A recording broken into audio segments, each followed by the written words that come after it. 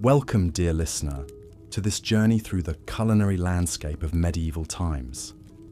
As you settle in for a moment of calm and relaxation, I invite you to share in the comments where in the world you're listening from and what time of day it is for you right now. I always love seeing how far our community of night owls stretches. If you enjoy immersing yourself in the rich tapestry of history to unwind, consider subscribing for more soothing stories like this. Picture, if you will, a rustic table set with a humble meal. A bowl of thin, bland porridge, a hunk of dense, coarse bread, and perhaps a few morsels of tough, stringy meat, if the diner is lucky. This is the fare that sustained the majority of people in medieval times. While kings and nobles feasted on lavish multi-course banquets, the average peasant subsisted on a diet that was as meagre as it was monotonous. What factors conspired to make food in the Middle Ages so unappetizing for the masses? Let us explore this question and transport ourselves back to a time when filling one's belly was a daily struggle. In a medieval peasant's home, the aroma of exotic spices was noticeably absent. Cinnamon, ginger, nutmeg, pepper. These were luxuries reserved for the wealthy, brought from distant lands by intrepid merchants. Imagine the life of a spice trader in those times, navigating the treacherous Silk Road to bring a taste of opulence to European shores. For a glimpse of the value placed on these rare flavors, consider that in the 11th century, a pound of nutmeg cost 7 fattened oxen. The prohibitive expense of spices meant that the common folk had to make do with the pungent notes of garlic, mustard, and vinegar to enliven their plain fare. The blandness of peasant cuisine was not helped by the scarcity of fresh produce.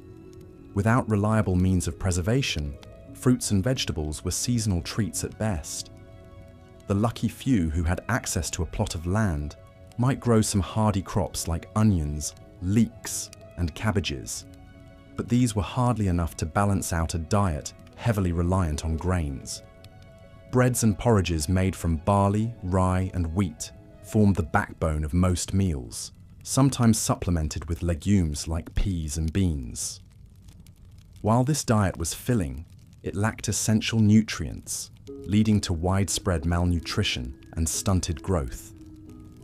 Meat, though prized, was a rarity on the peasant table. A prosperous family might keep a pig, some chickens, or even a cow. But these animals were valuable resources, not to be slaughtered lightly. Meat was reserved for special occasions like weddings and religious feasts, or when an animal was too old or infirm to serve any other purpose. When meat was available, every scrap was used from nose to tail.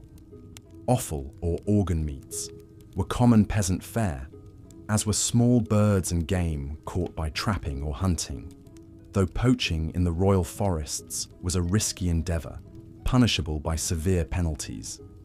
Fish was more accessible than meat for those who lived near rivers or the sea, but it too was often preserved by drying, smoking, or salting to last through lean times. The result was a far cry from the delicate, flaky fillets we enjoy today. Herring, cod, and eel were among the most common catches, and they would be packed in barrels with generous amounts of salt to stave off spoilage. Freshwater fish like carp and pike were a delicacy reserved for the nobility, who maintained private fish ponds on their estates. The scarcity of fresh food meant that medieval cooks had to get creative with preservation methods. Pickling, fermentation, and drying were all common techniques to extend the shelf life of perishables.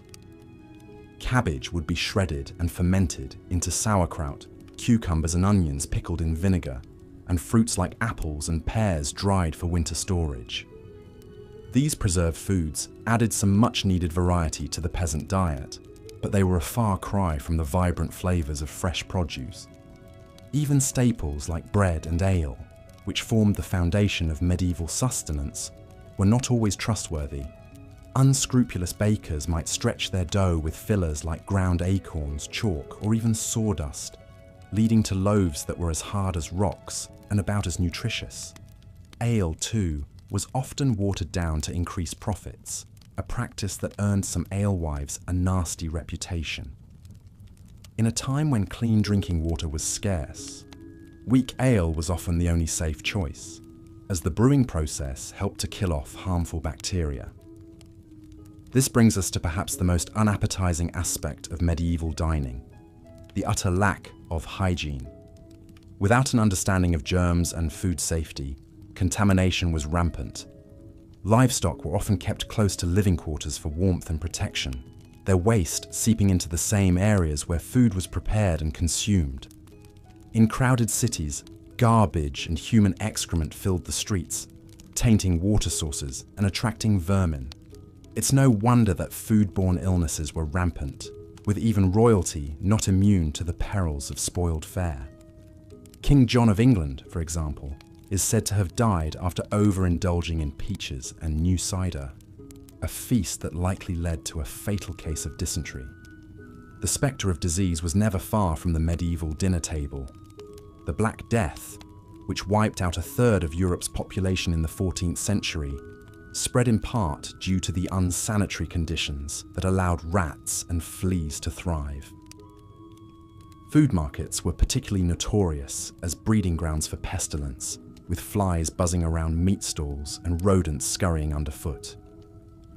It's a wonder that anyone survived the perils of medieval dining at all. Yet even in the face of scarcity and disease, there were glimmers of gastronomic hope. Monasteries and abbeys often served as havens of relative plenty, with well-tended gardens and orchards providing a bounty of fresh produce. Monks were known for their culinary skills, with some even penning cookbooks that offered a glimpse into the more refined cuisine of the upper echelons. Of course, this food was not shared freely with the masses, but some monasteries did offer alms to the poor as a form of charity. For the nobility, feasts were an opportunity to showcase their wealth and power. A royal banquet might feature dozens of dishes, from roast swan and peacock to delicate pasties and sweetmeats. Spices flowed freely, as did wine and ale, creating an atmosphere of gluttonous revelry. But even these lavish spreads were not without their dangers. Food poisoning was a common occurrence, with spoiled meats and rancid sauces taking their toll on noble stomachs. And the sheer volume of food consumed could lead to painful digestive issues, a reminder that even the privileged were not immune to the hazards of medieval dining. As we reflect on the harsh realities of food in the Middle Ages, it's hard not to feel a sense of gratitude for the abundance and variety that we enjoy today. Our supermarkets brim with fresh produce from around the globe, our meats are safe and sanitized, and our spice racks hold flavors that would have been the envy of any medieval monarch. Yet even as we savor the fruits of modernity, we can't help but marvel at the resilience and ingenuity of our ancestors, who made do with so little and found ways to survive in the face of unrelenting hardship. So the next time you sit down to a meal, take a moment to appreciate the bounty before you. Savor the flavors and textures that medieval peasants could only dream of, and raise a glass to the countless generations who toiled and struggled to bring us to this point. And if you find yourself grumbling about a less than perfect dish, spare a thought for the medieval diner, for whom even a simple bowl of porridge was a hard-won blessing. As we let our minds drift back to that distant past, let us take comfort in the knowledge that we are the fortunate inheritors of centuries of culinary progress. And let us not forget the lessons that history has to teach us. Lessons of perseverance, creativity, and the enduring power of the human spirit to find sustenance and joy, even in the darkest of times.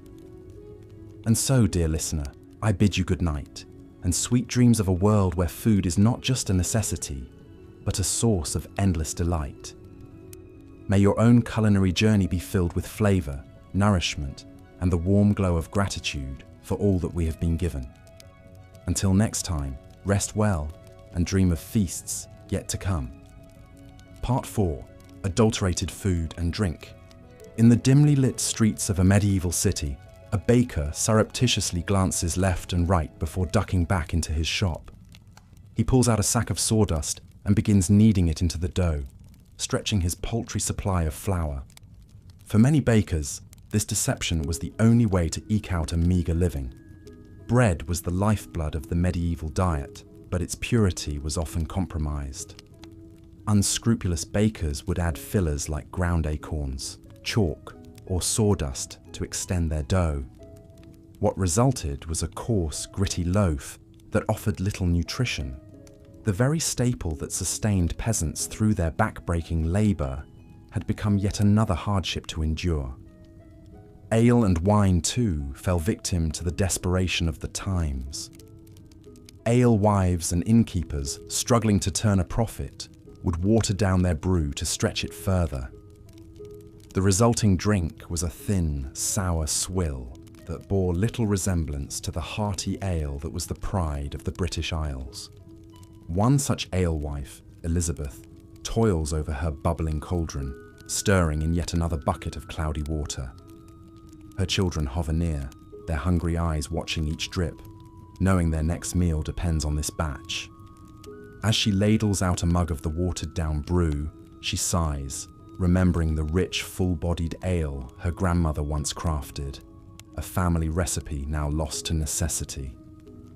In a time when clean drinking water was a rarity, this adulterated ale and wine became an unfortunate necessity. Wells and rivers were often contaminated by human and animal waste, making them rife with disease. The alcohol in these drinks, though diluted, was still potent enough to kill some of the harmful bacteria. And so, peasants were forced to choose between risking the sickness of tainted water or the empty calories of watered-down ale. Attempts were made to curb these deceptive practices. The Assize of Bread and Ale, a 13th century law, set strict regulations on the price, weight, and quality of bread and ale. Transgressors faced hefty fines or even time in the pillory. But with the limited means of enforcement and the desperation of the poor, these laws did little to stem the tide of food adulteration. And so, the medieval peasant's lot was one of constant compromise, a balancing act between the gnawing pain of hunger and the bitter disappointment of adulterated food. Each mouthful was a reminder of their precarious existence, where even the most basic sustenance could not be taken for granted. As we delve further into the realities of medieval food, we must remember that these were not just historical facts, but the daily struggles of real people. In our next chapter, we'll explore how the very spaces in which they lived contributed to the challenges they faced in securing a decent meal. The close quarters shared by man and beast, and the lack of sanitation that plagued medieval cities, made the simple act of eating a perilous proposition. Part 5. Unsanitary conditions. Picture, if you will, a small thatched cottage huddled against the chill of a medieval winter. Inside, a family huddles around a meagre fire, their breath mingling with the steam rising from a bubbling pot of pottage. In the corner, a pig roots through the rushes, covering the dirt floor. It snorts and grunts, a constant backdrop to the family's daily life. This was the reality for many medieval peasants, a life lived in close quarters with their livestock. Animals were often kept inside the home for warmth and safety, their dung and debris mingling with the straw and rushes that served as the only floor covering. It was a breeding ground for disease, with fleas and lice thriving in the unsanitary conditions. Even in the grandest castles, sanitation was a challenge. Without a proper understanding of hygiene, even the most lavish feasts could end in tragedy. The story of King John of England serves as a poignant example. In 1216, while travelling across the country, the king fell ill after consuming a surfeit of peaches. Historians now believe these peaches were likely spoiled, leading to a case of dysentery that ultimately claimed the king's life. In the crowded cities of medieval Europe, the situation was even more dire. Narrow streets were choked with garbage and human waste, tainting the air and seeping into the water supply. In London, the River Thames served as both a source of drinking water and a dumping ground for the city's refuse. It's little wonder that disease ran rampant, with outbreaks of dysentery, typhoid, and even the dreaded Black Death. The Black Death, which swept through Europe in the 14th century, was in part able to spread so quickly and claim so many lives due to the unsanitary conditions of medieval cities. Fleas, carried by the rats that thrived in the filth, became the unwitting harbingers of the plague, spreading the disease from person to person with terrifying efficiency. For the average peasant, there was little escape from these unsanitary conditions. They lived and died amidst the filth, their bodies weakened by malnutrition and constant exposure to disease. Even the simple act of eating, which should have been a source of nourishment and comfort, became a gamble with every bite. As we consider these realities, it's easy to feel a sense of despair for the plight of the medieval peasant. But amidst this darkness, there were glimmers of light. The kindness of neighbours sharing what little they had, the solace found in faith and community. In our next chapter, we'll explore how the Church, despite its own role in the hardships of the time, also offered a measure of relief and hope to the hungry and the downtrodden. Part 6. The influence of the Church. The tolling of church bells marked the rhythm of life in medieval Europe. For peasants toiling in the fields, these peals signalled not just the call to prayer, but also a reprieve from the unrelenting demands of their work and their hunger. In a world where so much was uncertain, the Church stood as a bastion of stability and authority. But this authority came with its own set of rules and restrictions, many of which centered around food.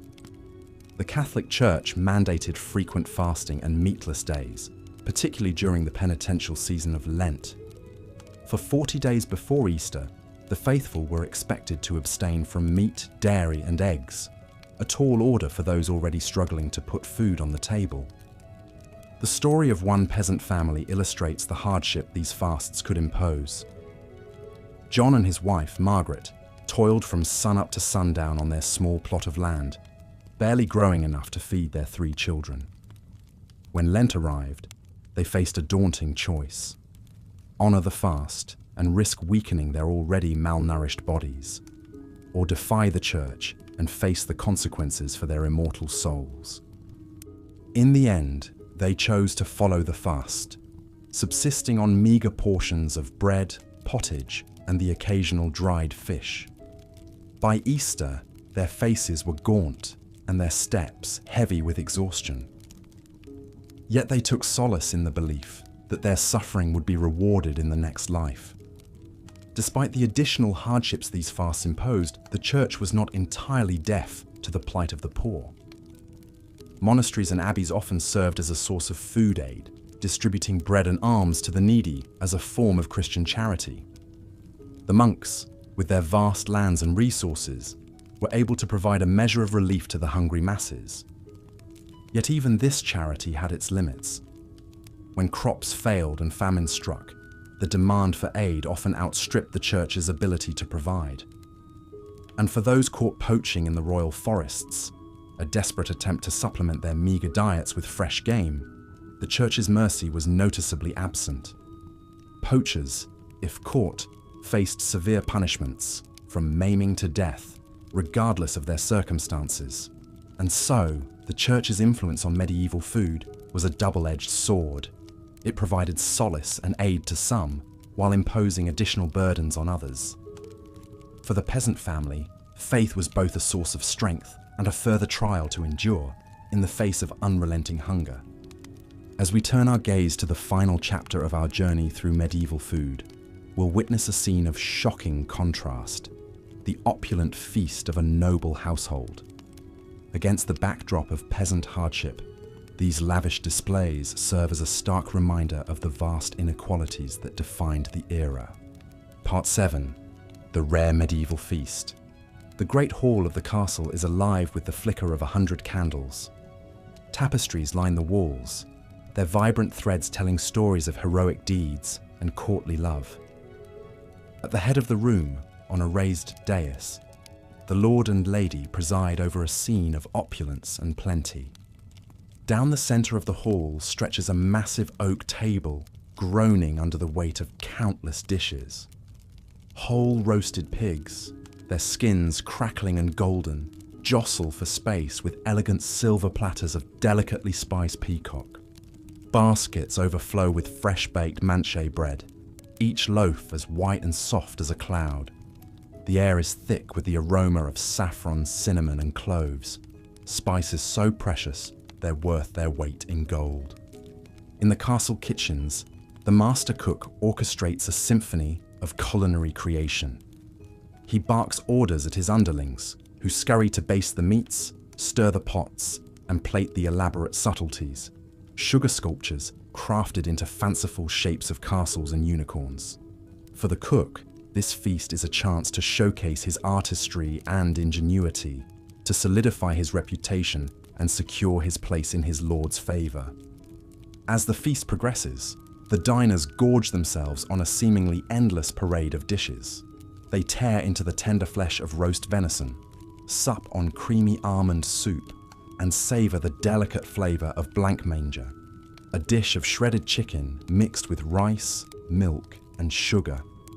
They wash it all down with goblets of richly spiced wine and frothy ale.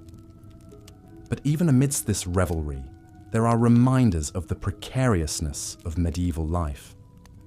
A noblewoman, her face flushed with wine, suddenly pales and excuses herself from the table, her stomach churning from the richness of the food. A knight, his teeth rotting from the sugary delicacies, bites into a particularly tough piece of meat and winces in pain. And hovering at the edges of the hall, the serving staff watch the excesses of their betters with a mixture of envy and resentment. They know that tomorrow they'll be back to their usual fare of coarse bread and thin gruel. The memory of this feast, a taunting reminder of the gulf between their world and that of their masters. As the last plates are cleared and the final crumbs are swept away, we're left to ponder the stark contrasts of medieval food. For the nobility, feasts were a display of wealth, status, and power, a chance to revel in the finest delicacies the land had to offer. But for the vast majority, food was a daily struggle, a constant battle against scarcity, adulteration, and disease. In our modern world of abundance and choice, it's easy to forget the hardships faced by our medieval ancestors, but by understanding their struggles, we gain a deeper appreciation for the comforts we enjoy today. As we sit down to our own meals, let us take a moment to savor not just the flavors on our tongues, but the hard-won progress that allows us to eat with such ease and variety. And so, as we close the book on this exploration of medieval food, let us do so with a sense of gratitude and perspective. For in the grand tapestry of human history, our own time is but a brief and privileged chapter, woven from the threads of countless lives lived and meals shared, each one a testament to the enduring resilience of the human spirit. Conclusion: as we've journeyed through the landscape of medieval food, we've encountered a world of scarcity, hardship, and inequality.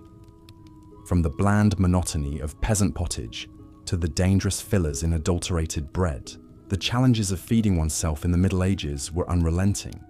We've seen how the lack of variety in spices, the difficulties of preservation, the unbalanced diets, and the unsanitary conditions all conspired to make medieval food a far cry from the cornucopias we enjoy today. We've witnessed the impact of the Church's fasting edicts, adding spiritual burdens to the already heavy load of the poor. And we've marveled at the opulent feasts of the nobility, a glittering contrast to the grim realities faced by most. But through it all, we've also seen glimmers of humanity's indomitable spirit. The ingenuity of cooks making the most of meager ingredients, the solidarity of communities sharing what little they had, and the solace found in the rituals of faith and feast. In our modern world, it's easy to take for granted the abundance and variety of our food. We can walk into a supermarket and find fruits from South America, spices from Asia, and cheeses from Europe, all neatly packaged and ready to eat. We can dine in restaurants serving cuisines from around the globe, or have a world of flavors delivered right to our doorstep. But imagine, for a moment, transporting a medieval peasant into the aisles of a modern grocery store. The sheer variety would be overwhelming. The vibrant colors of the produce section, the gleaming refrigerated cases filled with milk and eggs, the shelves upon shelves of pre-packaged meals and snacks. It would be like stepping into a fairy tale, a land of unimaginable plenty. And yet, even in our world of culinary riches, we still face our own challenges. We grapple with the environmental impact of our food systems, with issues of access and inequality, and with the health consequences of overabundance. In our quest for convenience and choice, we sometimes forget the value of simplicity, of seasonal eating and local flavors. Perhaps then, there are lessons to be learned from our medieval ancestors, even as we appreciate how far we've come. We can embrace the joy of sharing a meal with loved ones, the satisfaction of a dish made with care and creativity. We can remember the value of preserving and cherishing the bounty of the earth, rather than taking it for granted. And most of all, we can approach our own meals with a sense of gratitude and wonder, recognizing the incredible journey that food has taken to reach our plates. From the sun-drenched fields, to the bustling kitchens, to the warmth of our own tables. Each bite is a testament to the resilience and ingenuity of the human spirit across the ages. So, as we end our journey through the annals of medieval food, let us raise a glass, or perhaps a humble wooden cup, to the countless generations who came before us. Through their struggles and triumphs, their hunger and their hopes, they laid the foundation for the world we inhabit today. And in honoring their legacy, we can find the wisdom and perspective to build a future where all may eat with joy, with dignity, and with plenty. As the royal cook bustled about the castle kitchens preparing an extravagant feast, most of his fellow countrymen could only dream of such opulence. For the serf toiling in the fields, a meal was a simple affair of coarse bread and pottage, a thin stew of whatever vegetables or scraps could be found. On a good day, there might be a bit of salted pork or dried fish to add some flavor to the gruel-like mix. But more often than not, it was a bland and unsatisfying fare that left the belly only half full. The life of a peasant in medieval times was one of unrelenting hardship, and nowhere was this more apparent than in their daily sustenance. While the nobles dined on exotic dishes, flavored with costly spices from far-off lands, the common folk subsisted on a diet that was as monotonous as it was meager. But even the privileged were not immune to the perils of medieval food. The lavish feasts that were the hallmark of aristocratic life often came with a hidden cost. With no means of refrigeration, food spoilage was a constant threat, and many a noble fell ill, or even died from consuming contaminated fare. The very excesses that were meant to showcase their wealth and status could prove to be their undoing. Such was the fate of King John of England, whose untimely death in 1216 was attributed to a surfeit of peaches. As the story goes, the king was travelling through the town of King's Lynn when he was seized by a terrible case of dysentery. Some say it was brought on by the rich food he had consumed at a nearby abbey, while others blamed the peaches he had eaten with relish. Whatever the cause, the king's condition quickly worsened, and he died a few days later, his reign cut short by a humble fruit. It is a testament to the precariousness of life in the Middle Ages that even the most powerful and privileged were not safe from the dangers that lurked in their food. For the vast majority of people, however, the risks were even greater. In a world where hunger was a constant companion, the temptation to eat spoiled or contaminated food was often too great to resist. This was especially true in times of dearth, when crops failed and food was scarce. During these lean years, people would resort to eating whatever they could find, even if it meant risking their health or even their lives. Acorns, grass, and other wild plants were often ground into a coarse flour to make bread. while animals that had died of disease were sometimes consumed out of desperation. Even in the best of times, medieval food was often adulterated in ways that would be unthinkable today. Unscrupulous bakers would stretch their dough with fillers like sawdust or chalk, while brewers would water down their ale to increase their profits. Such practices were not only dishonest, but also dangerous, as they could lead to serious illness or even death. The alewife who sold her brew in the village tavern was a common figure in medieval life, and one who often bore the brunt of the community's suspicions and resentments.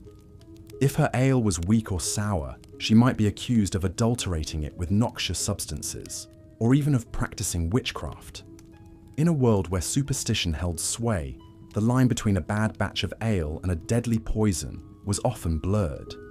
Despite the many challenges and hardships that medieval people faced in their daily lives, they were not without their small joys and comforts. For the peasant family gathered around the hearth at the end of a long day, a simple meal of bread and pottage could be a moment of respite and togetherness. And for the monks and nuns who dedicated their lives to prayer and service, the austere diet prescribed by their religious orders could be a source of spiritual nourishment and discipline. But even in the monasteries and abbeys that dotted the medieval landscape, food was not always a source of comfort or sustenance. During the holy season of Lent, when Christians were expected to fast and abstain from meat, the already limited diets of the religious orders would be further restricted. For 40 long days, they would subsist on little more than bread, water, and the occasional vegetable or fish. For some, this period of deprivation was a welcome opportunity to focus on their spiritual lives and to draw closer to God. But for others, it was a time of great hardship and temptation, as the pangs of hunger gnawed at their resolve and tested their faith. In a world where food was so often scarce and unpredictable, the idea of voluntarily giving it up must have seemed like the height of insanity. And yet, despite all the hardships and challenges that medieval people faced in their daily lives, they found ways to adapt and persevere. They learned to preserve their food through salting, smoking, and drying, to make the most of the meager ingredients available to them, and to find joy and comfort in the simple pleasures of life. In many ways, the story of medieval food is a story of resilience and ingenuity in the face of adversity. It is a reminder of how far we have come in terms of food safety, variety, and abundance, but also of how much we still have in common with our ancestors. For just as they struggled to put food on the table and to nourish their families, so too do we grapple with the challenges of our own time, from climate change and food insecurity to the pressures of modern life. As we sit down to our own meals, laden with a dizzying array of flavors and ingredients from all corners of the globe, it is easy to forget the hardships and sacrifices that have brought us to this point. But by understanding the history of our food and the ways in which it has shaped our culture and our identity, we can gain a greater appreciation for the abundance and diversity that we enjoy today.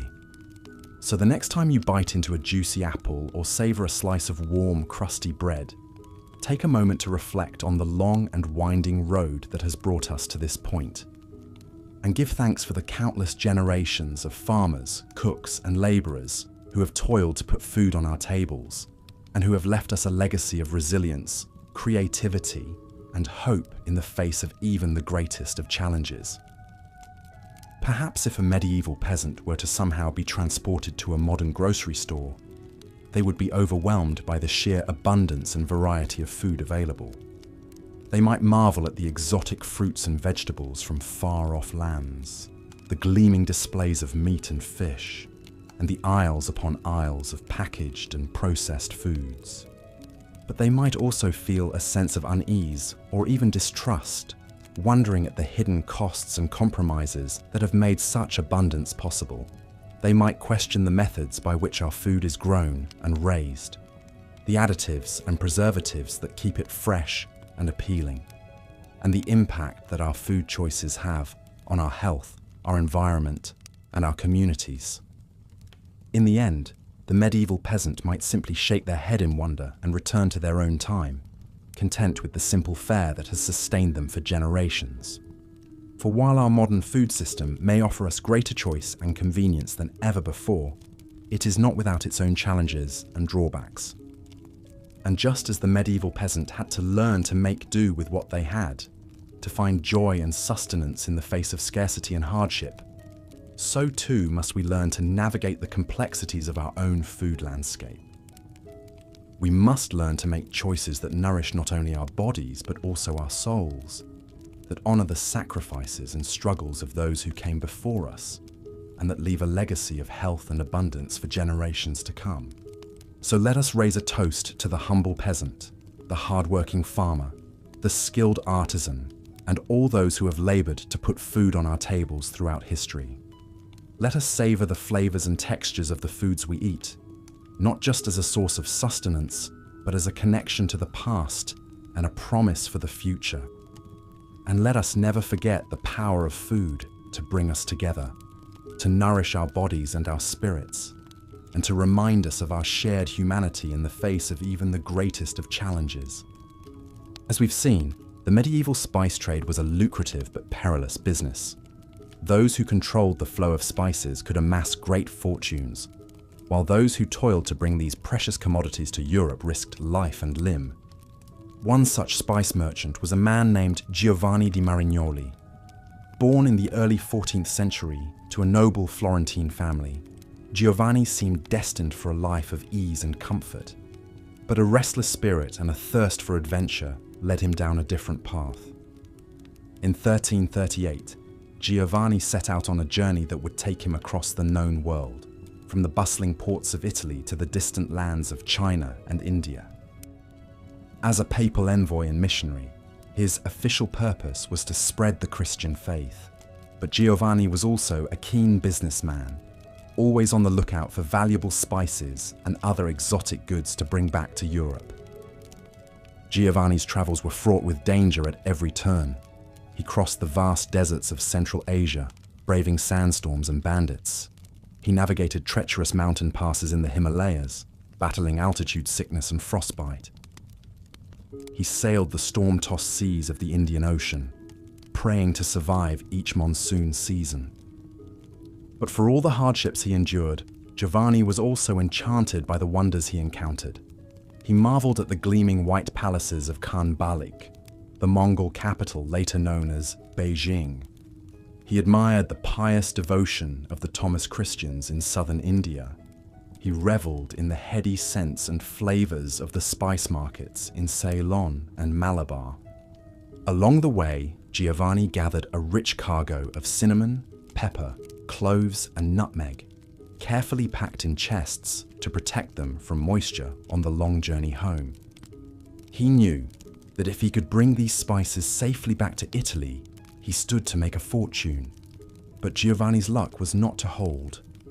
According to some accounts, his ship was lost at sea on the return voyage, taking him and his precious spices down to the briny deep. Other tales hold that he survived the journey, only to be robbed and murdered by brigands on the outskirts of Florence, his spices scattered to the wind. Whatever the truth of his fate, Giovanni di Marignoli's story reminds us of the incredible risks and rewards of the medieval spice trade. For a few wealthy merchants and lucky adventurers, spices could be a ticket to untold riches. But for most, like Giovanni, they remained a tantalizing dream, always just out of reach. As we drift off to sleep, let us imagine we are in a bustling spice market in some far-flung corner of the medieval world. The air is thick with the scent of pepper and cinnamon, cardamom and saffron. Merchants haggle in a dozen different tongues, their voices rising and falling like the tide. We wander the narrow lanes, baskets in hand, marveling at the colourful mounds of spices from every corner of the globe. Here, a pile of ginger root, gnarled and pungent. There, a heap of cloves like tiny brown nails, their aroma warm and sweet. But as we fill our baskets, we can't help but feel a pang of regret for the many who will never taste these flavours. For the poor peasants back home, a pinch of pepper would be an unthinkable luxury, let alone a fragrant curry or a spiced wine. Their food, as we'll explore further, is a monotonous grind of gruel and grit, a far cry from the sumptuous feasts we've seen at the tables of the wealthy. But even those lavish banquets, as we'll soon discover, could come with their own hidden dangers and disgusting surprises. So let us savor this imagined abundance, this rare sensory delight, as we drift deeper into dreams. For when we wake, we'll have to confront once more the harsh realities of food in the Middle Ages. Realities that made filling one's belly a daily battle for princes and paupers alike. The scarcity and hardship that defined medieval food for the masses extended even to the staples that formed the backbone of their diets. Bread, the most basic and universal of foods, was often a coarse, unappetizing loaf that would be nearly unrecognizable today. For poorer peasants, bread was made from lower quality grains, like barley, rye, and even beans or chestnuts in times of shortage. This resulted in dense, dark loaves that were difficult to digest and provided little nutrition. The bread was often full of gritty impurities from poor milling techniques, and it would quickly go stale or mouldy in the damp conditions of many peasant homes. Even for slightly better off peasants who could afford wheat bread, the end product was a far cry from the fluffy, leavened loaves we enjoy today. Leavening agents like yeast were expensive and hard to come by, so most bread was unleavened flatbread, similar to modern pita. These flatbreads would be baked on a hearthstone or dried in the sun, resulting in a hard, cracker-like consistency. The quality of bread was so important that it was often used as a marker of social class. The whitest, finest loaves made from pure wheat flour were reserved for the nobility, while the greyish-brown loaves of the peasantry were derided as black bread. In some regions, strict laws even prohibited commoners from consuming white bread, reserving it as a privilege of the elite. One figure who stood out in the history of medieval bread production was the 12th century mystic Saint Hildegard of Bingen. Born into a noble family in what is now Germany, Hildegard entered the monastic life as a young girl and rose to become the abbess of her own community. In addition to her visionary spiritual writings and musical compositions, Hildegard was renowned for her knowledge of herbalism and natural medicine. She wrote extensively about the properties of grains and the importance of proper nutrition, even at a time when such ideas were not widely understood. In her treatise Physica, Hildegard described spelt, an ancient grain closely related to wheat, as the best grain for human consumption. She believed that spelt bread nourished the body and enhanced longevity, while cautioning against the consumption of raw cereals as damaging to health. Hildegard put her knowledge into practice, overseeing the extensive agricultural lands and bakery of her abbey. Under her guidance, the nuns of Bingen produced high-quality spelt bread that was distributed to the sick and poor in the surrounding community. Though spelt was still a luxury commodity out of reach for most peasants, Hildegard's advocacy of it as a healthier alternative to common wheat was remarkably prescient. Modern nutritional science has vindicated many of her claims, showing spelt to be higher in protein and easier to digest for many people than highly processed modern wheat. The life and work of Hildegard of Bingen provides a glimpse into the crucial role that bread played in medieval society, not just as a staple food, but as a symbol of social status and a potential tool for healing. Her teachings, informed by a holistic understanding of the connection between food and health, foreshadowed modern ideas about nutrition and wellness. Despite the efforts of visionaries like Hildegard, bread for most people in the Middle Ages remained a coarse, bland staple that was often scarce. The unequal distribution of this basic necessity was just one more way in which the stark class divides of medieval society manifested in its food culture. For the poorest peasants, even the meagre comfort of a regular supply of bread could be stripped away by the cruel twists of fate and weather. In times of drought, flood, or blight, when grain crops failed, the spectre of famine loomed large over medieval communities. During these dreaded years of dearth, food prices would skyrocket while wages plummeted, leaving many peasants unable to afford even a basic subsistence. With no social safety net to rely on, the poorest were left to starve or resort to desperate measures like eating bark, grass, or even cannibalism in the most extreme cases. One of the worst famines to strike medieval Europe was the Great Famine of 1315 to 1322. A catastrophic confluence of factors, including climate change, crop failures, and the economic fallout of endless wars, plunged the continent into a 7-year period of starvation and misery. Chronicles of the time paint a grim picture of the suffering endured by the common people. Men ate dogs, horses, cats, and other unclean things, wrote the Flemish monk William of Nangis. Some men, it was said, compelled by hunger, ate the bodies of executed criminals, and some poor people even ate their own children. The famine hit the Low Countries and Scandinavia particularly hard, with mortality rates as high as 10 to 25% in some regions. In the German city of Erfurt, the famine years saw an average of 16 deaths per day, compared to just 2 per day in normal times. Even in the best of times, the threat of hunger was never far away for medieval peasants. Their precarious existence, always at the mercy of the elements and the whims of their lords, meant that food insecurity was a constant companion. The grim reality of famine cast a long shadow over the medieval world, serving as a reminder of the fragility of life in an era before modern agriculture and social welfare. It was a world where even the most basic necessity of bread could not be taken for granted, and where the spectre of starvation lurked just one bad harvest away. As we continue our journey through the culinary landscape of the Middle Ages, we'll see how this pervasive scarcity and insecurity shaped not just the diets, but the entire worldview of medieval people.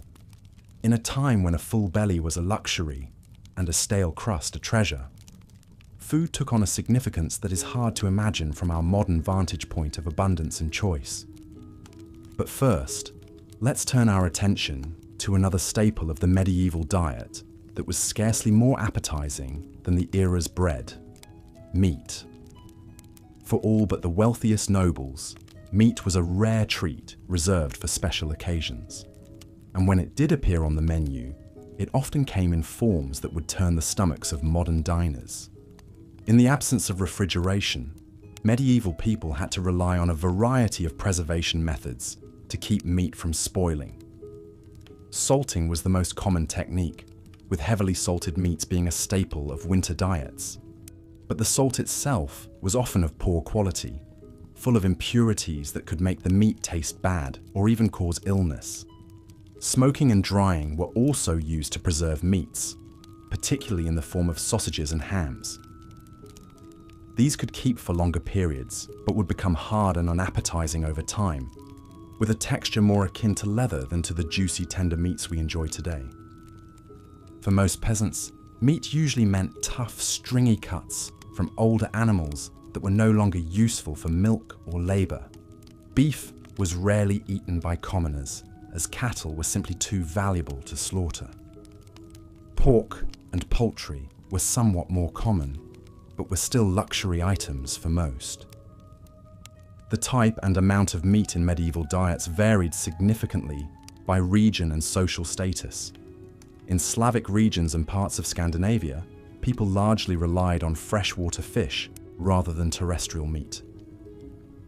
Hunting was a cherished privilege of the nobility, who jealously guarded their exclusive rights to venison and other game meats. One vivid glimpse into the inequality of medieval meat consumption comes from the records of King Richard II's cooks in the late 14th century. For a single royal feast in 1387, the kitchens prepared 2,000 chickens, 400 sheep, 500 stags, and 1,000 little pigs. Fare fit for a king indeed. In contrast, a peasant family might expect to eat meat only a handful of times per year, usually on major religious holidays like Christmas and Easter. Even then, the cuts would be meagre and have been scrupulously saved for months. But for one brief moment in the history of medieval England, the humble peasantry got a taste of the bounty usually reserved for their betters. In the aftermath of the Black Death, which killed up to half the population in the mid-14th century, the massive labour shortage gave surviving peasants newfound bargaining power. With fewer mouths to feed and a surplus of land, many peasants found themselves in the novel position of being able to demand higher wages and better living conditions. For a few short decades, the standard of living for English commoners actually improved markedly. Meat consumption rose as more peasants could afford to keep livestock for their own tables rather than for the markets. Wages doubled or even tripled in some regions, allowing labouring families to supplement their usual fare of porridge and bread with the occasional chicken, pig, or even cow. But this golden age for the peasantry was to be short-lived.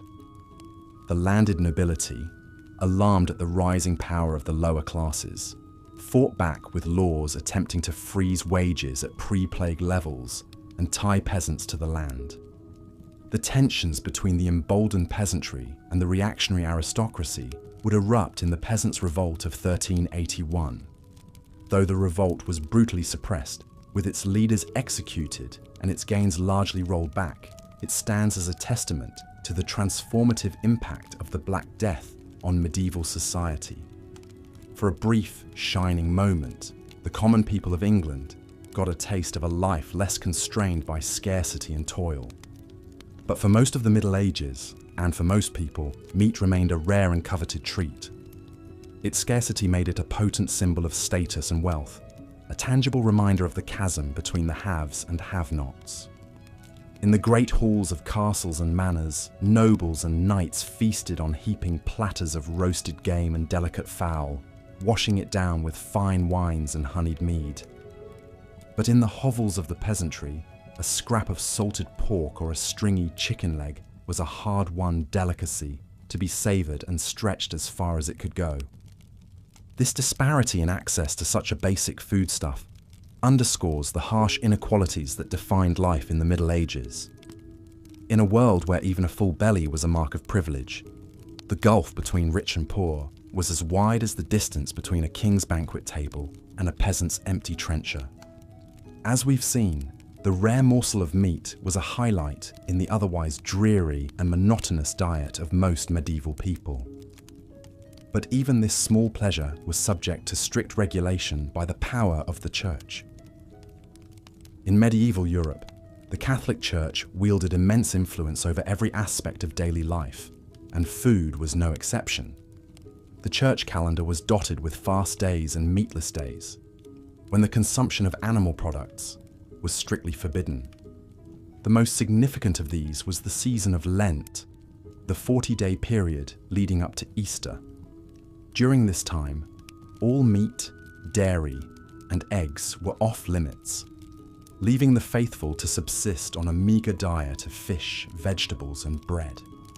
For wealthy nobles, this was a minor inconvenience. They could afford to import exotic fruits, nuts, and spices to liven up their Lenten fare, and their well-stocked fish ponds ensured a steady supply of fresh seafood. But for the poor, Lent meant an even more restricted and monotonous diet than usual. The Church's rationale for these dietary restrictions was rooted in the idea of penance and spiritual discipline. By denying themselves the pleasures of the flesh, even in the form of food, the faithful were thought to be purifying their souls and aligning themselves with the suffering of Christ.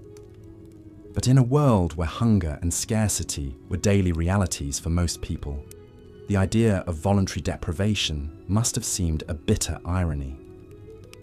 For peasants who rarely tasted meat anyway, the imposition of additional restrictions could feel like a cruel joke. Yet the power of the Church was so great that few dared to openly flout its dietary decrees.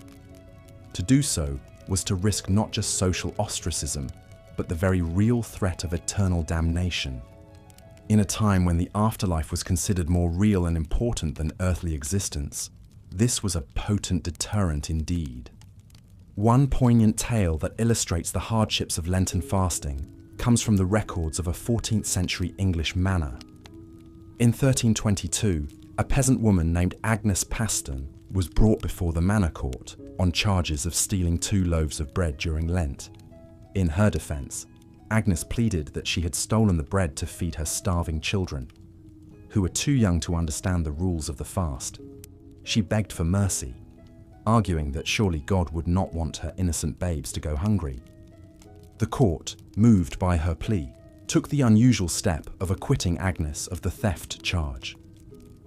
But they still admonished her for breaking the Lenten fast, reminding her that the needs of the soul must take precedence over the desires of the body. For Agnes and countless others like her, the rigid dietary restrictions of the church must have seemed like just one more burden in a life already defined by hardship and hunger. In a world where food was scarce and survival precarious, the idea of willingly forgoing what little sustenance was available must have been difficult to swallow. But the church's influence on medieval food culture wasn't entirely negative.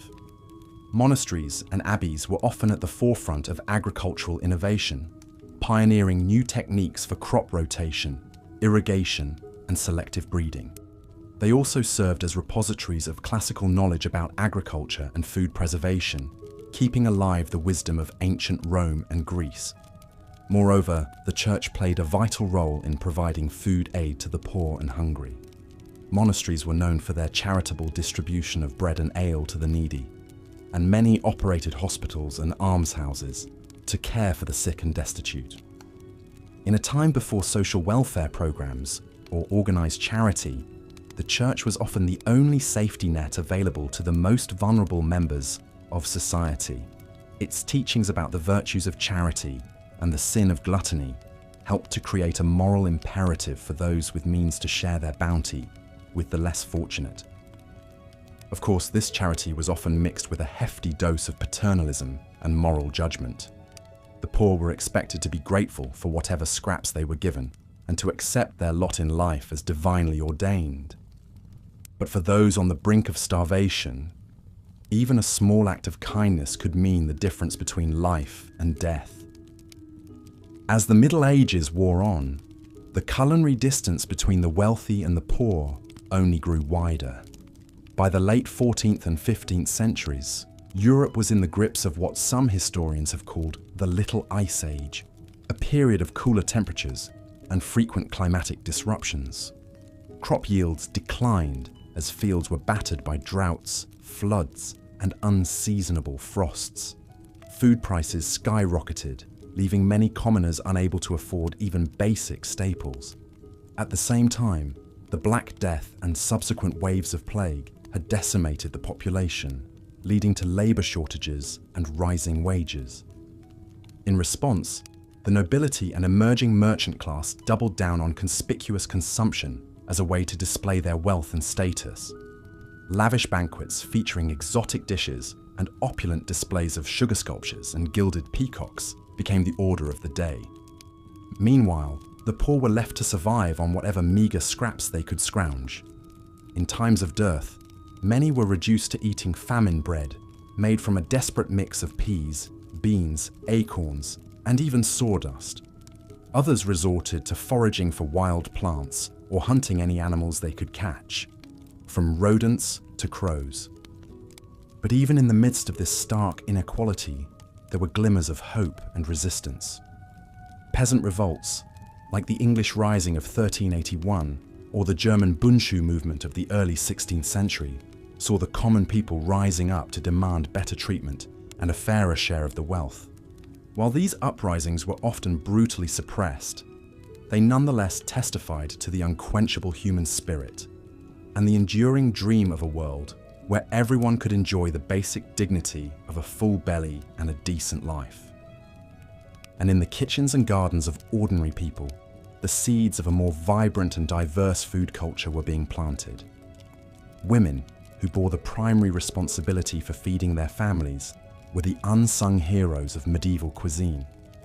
With creativity and resourcefulness, they found ways to coax flavor and nourishment out of even the humblest ingredients. In the folk traditions of pickling, preserving, and foraging, they passed down knowledge that would sustain their communities through the lean times and lay the foundation for the culinary revolutions to come. And in the communal ovens and shared meals of village life, they nurtured a spirit of solidarity and resilience that would prove as sustaining as any loaf of bread. So while the story of food in the Middle Ages is undoubtedly one of hardship and deprivation, it is also a story of ingenuity, resilience, and hope. In the face of scarcity and oppression, medieval people found ways to nourish not just their bodies, but their spirits, to find joy and communion in the simple act of sharing a meal. As we look back on this distant and often difficult past, we can take inspiration from their example. In a world that is still riven by inequality and hunger, their story reminds us of the fundamental human right to food and the vital importance of fighting for a more just and sustainable food system. And in our own kitchens and around our own tables, we can honor their legacy by cherishing the abundance we enjoy and remembering always to share it with those who have less. For in the end, the true measure of a society is not in the opulence of its feasts, but, as we've seen, for the vast majority of people in medieval Europe, food was a daily struggle of scarcity, monotony, and even danger. But there was one place where the food was always abundant, always varied, and always exquisite: the royal court. While peasants subsisted on gruel and stale bread, nobles feasted on the finest delicacies the land had to offer.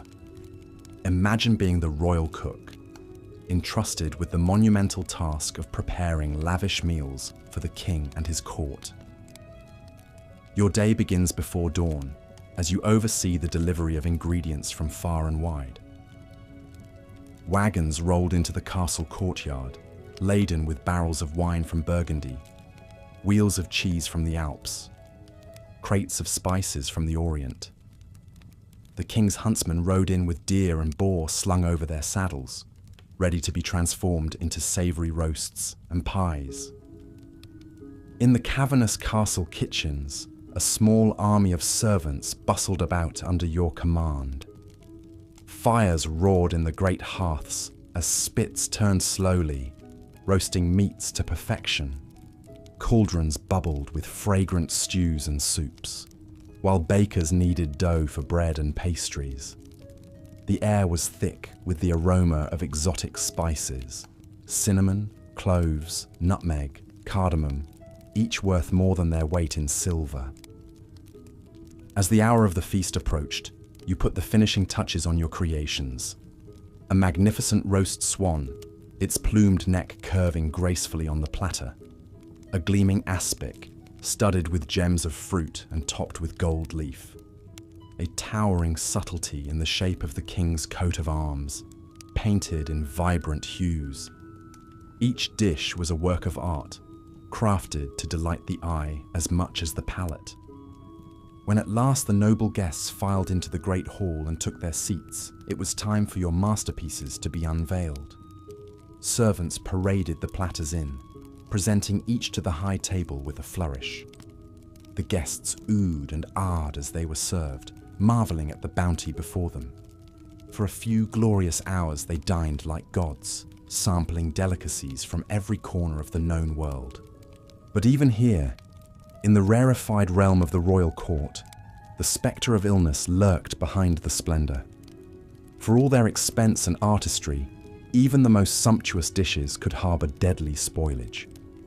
And the sheer excess of the feast often led to overindulgence, as nobles gorged themselves far past the point of satisfaction. It was not unheard of for a courtier to literally eat himself to death, felled by his own gluttony. So, while the royal feast may have stood in stark contrast to the meagre rations of the common folk, it was not without its own perils. In a world without refrigeration or food safety standards, no one was truly safe from the dangers of the dining table. Rich or poor, the medieval relationship with food was always a precarious one. Today, we can scarcely imagine the hardships that our ancestors endured simply to fill their bellies. The poorest among us have access to a variety and quality of food that would have been unthinkable even for medieval kings. We can walk into a gleaming supermarket and find fruits and vegetables from every season, meats and cheeses from every continent, spices and sauces from every cuisine. We can eat what we want, when we want, without fear of famine or food poisoning. But perhaps, in our abundance, we have lost something as well. The medieval peasant, for all his suffering, likely felt a deep connection to the land and the turning of the seasons.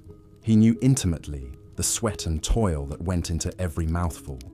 While we may pity him his limited options, he would likely look upon our pre-packaged, mass-produced meals with a mixture of wonder and horror.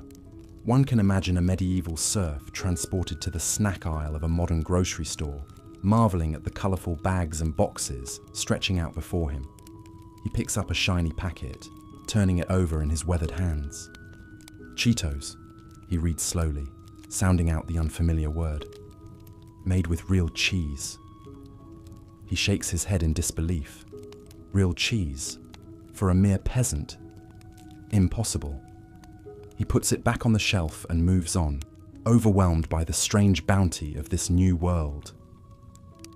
As we drift off to sleep, bellies full of whatever we desire, let us take a moment to reflect on the privilege of choice. Let us remember the countless generations who came before, who fought and scraped and starved so that we might have the luxury of a full larder. And let us be grateful for the simple, everyday miracle of enough to eat. As the sun set over the bustling port city of Venice, a weary spice merchant named Luca disembarked from his ship, his precious cargo of exotic spices from the east secured tightly in his satchel. Luca had spent months traversing the treacherous Silk Road, braving bandits, sandstorms, and searing heat to bring a taste of faraway lands to the tables of wealthy Europeans. For Luca and merchants like him, the spice trade was a lucrative but perilous endeavour. The demand for spices like pepper, cinnamon, cloves, and saffron was insatiable among the nobility, who used them to flavour their rich dishes and show off their affluence. But for the common folk, these fragrant seasonings remained an unattainable luxury, their meals remaining sadly bland and unappetising.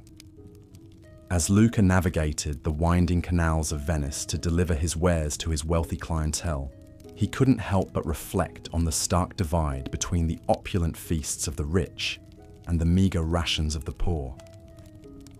While nobles dined on succulent roasts, flavoured with exotic spices, peasants subsisted on little more than coarse bread and watery porridge, their palates never knowing the lively tang of pepper or the warm, sweet embrace of cinnamon. The life of a spice merchant was one of constant movement and danger, with fortunes won and lost on the whims of the sea and the shifting sands of the desert. Luca had seen his fair share of hardships on his journeys. Attacks by marauding bandits, treacherous mountain passes, and the ever-present threat of disease. But he pressed on, driven by the promise of riches and the thrill of the unknown. As he made his final deliveries and counted his profits, Luca couldn't shake the feeling that for all the wealth and prestige the spice trade brought him, it remained a bitter reminder of the deep inequalities that plagued medieval society.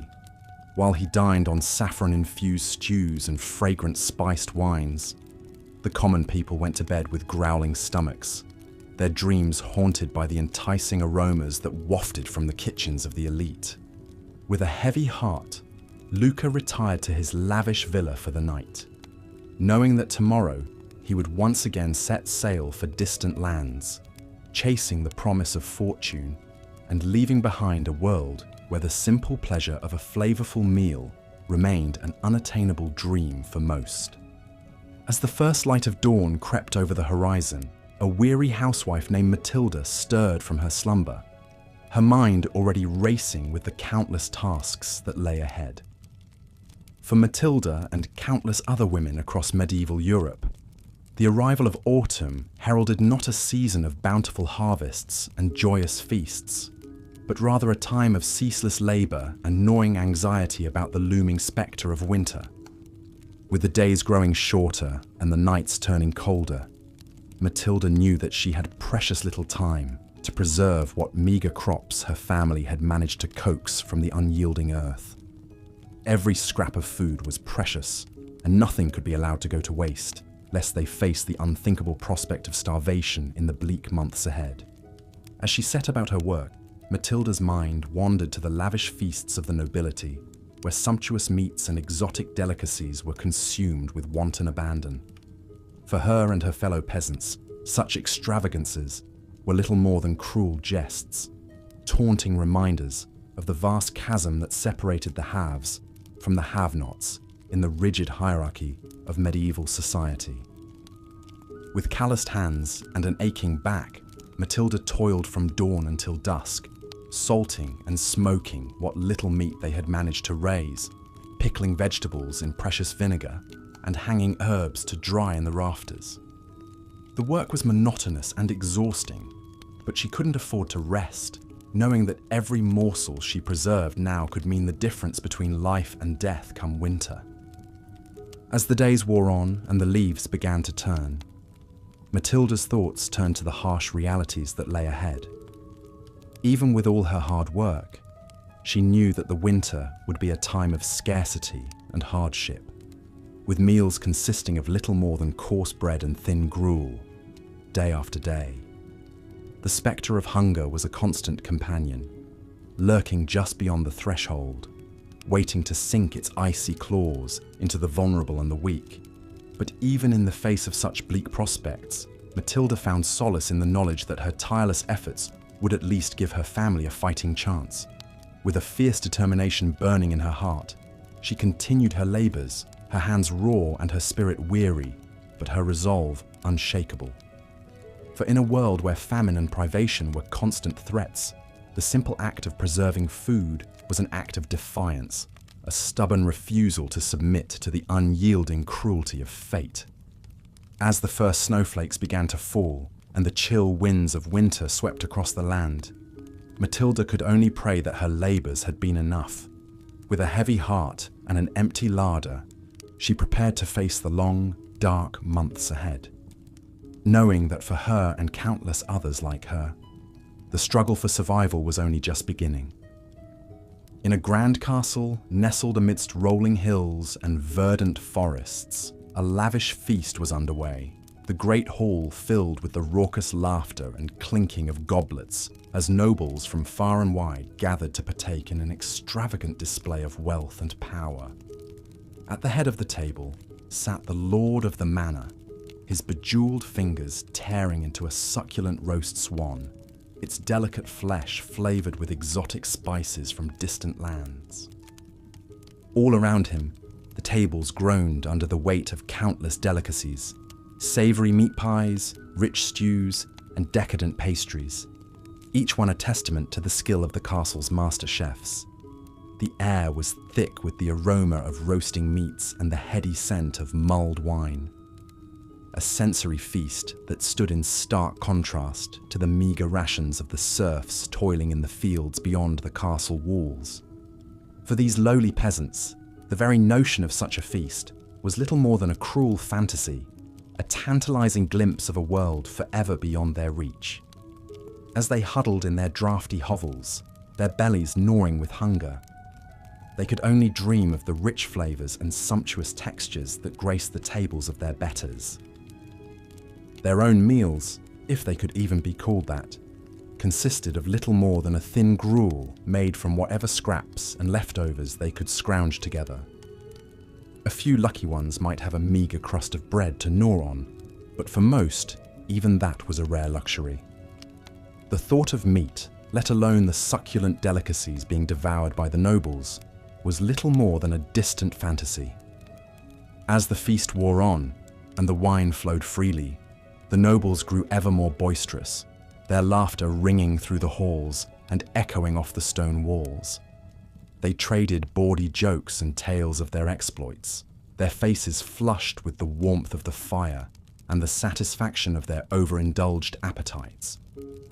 But beyond the castle walls, the serfs huddled in their misery, their stomachs cramping with hunger and their hearts heavy with the knowledge that they would likely never know the pleasures of a full belly or a contented smile. For them, life was little more than an endless cycle of backbreaking labor and gnawing hunger, the cruel whims of fate forever conspiring to keep them in their place. As the last embers of the feast's great fires died out and the nobles retired to their plush chambers, the serfs returned to their own meager dwellings, their minds haunted by the tantalizing aromas and raucous laughter that had filled the night air. With heavy hearts and empty stomachs, they settled in for another long, cold night, the spectre of hunger their constant companion and the dream of a better life little more than a cruel, taunting mirage. In the bustling streets of a medieval town, an alewife named Agnes hurried to and fro, her arms laden with jugs of her latest brew. Agnes was a stout, no-nonsense woman who had been brewing ale for as long as anyone could remember. It was a hard life, fraught with long hours and meager profits, but it was the only life she had ever known. As she made her way through the winding alleys, dodging the refuse and filth that littered the streets, Agnes couldn't help but feel a pang of guilt over the shortcut she had taken with her latest batch. Times were tough, and the price of grain had skyrocketed, leaving her with little choice but to stretch her ale with a bit of extra water. It was a risky move, one that could land her in hot water with the local authorities if anyone found out. But what choice did she have? Agnes knew that her customers, mostly hard-working labourers and craftsmen, relied on her ale to provide a brief respite from the drudgery of their daily lives. They craved the rich, hearty flavour and the pleasant buzz that came with a few pints after a long day's work. But with the cost of ingredients eating into her already meagre profits, Agnes had been forced to cut corners wherever she could. As she arrived at the tavern and began to unload her wares, Agnes couldn't shake the nagging feeling that she was betraying her customers' trust. She took pride in her craft, and the thought of serving them watered-down swill made her stomach churn. But what choice did she have? It was either adulterate her brew or risk losing everything she had worked so hard to build. With a heavy heart, Agnes began to serve her customers, watching as they eagerly quaffed down the subpar ale, their faces contorting in disappointment as they realized that something was amiss. Some grumbled under their breath, while others outright complained, demanding to know what had happened to the usually stellar brew. Agnes did her best to deflect their questions and assuage their concerns, but the guilt continued to gnaw at her. She knew that her actions were wrong, but in a world where survival was a daily struggle, sometimes compromises had to be made.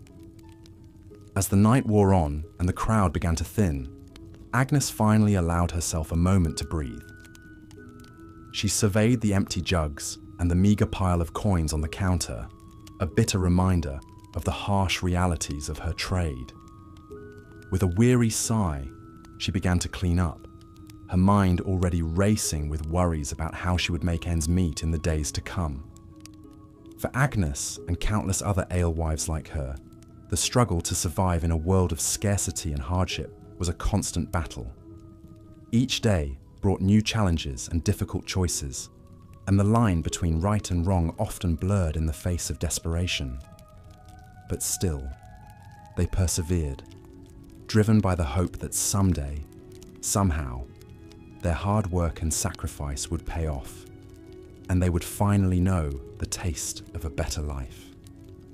In the grand halls of a medieval palace, a royal cook named Guillaume scurried about the kitchen, his brow furrowed in concentration as he oversaw the preparations for the evening's lavish feast.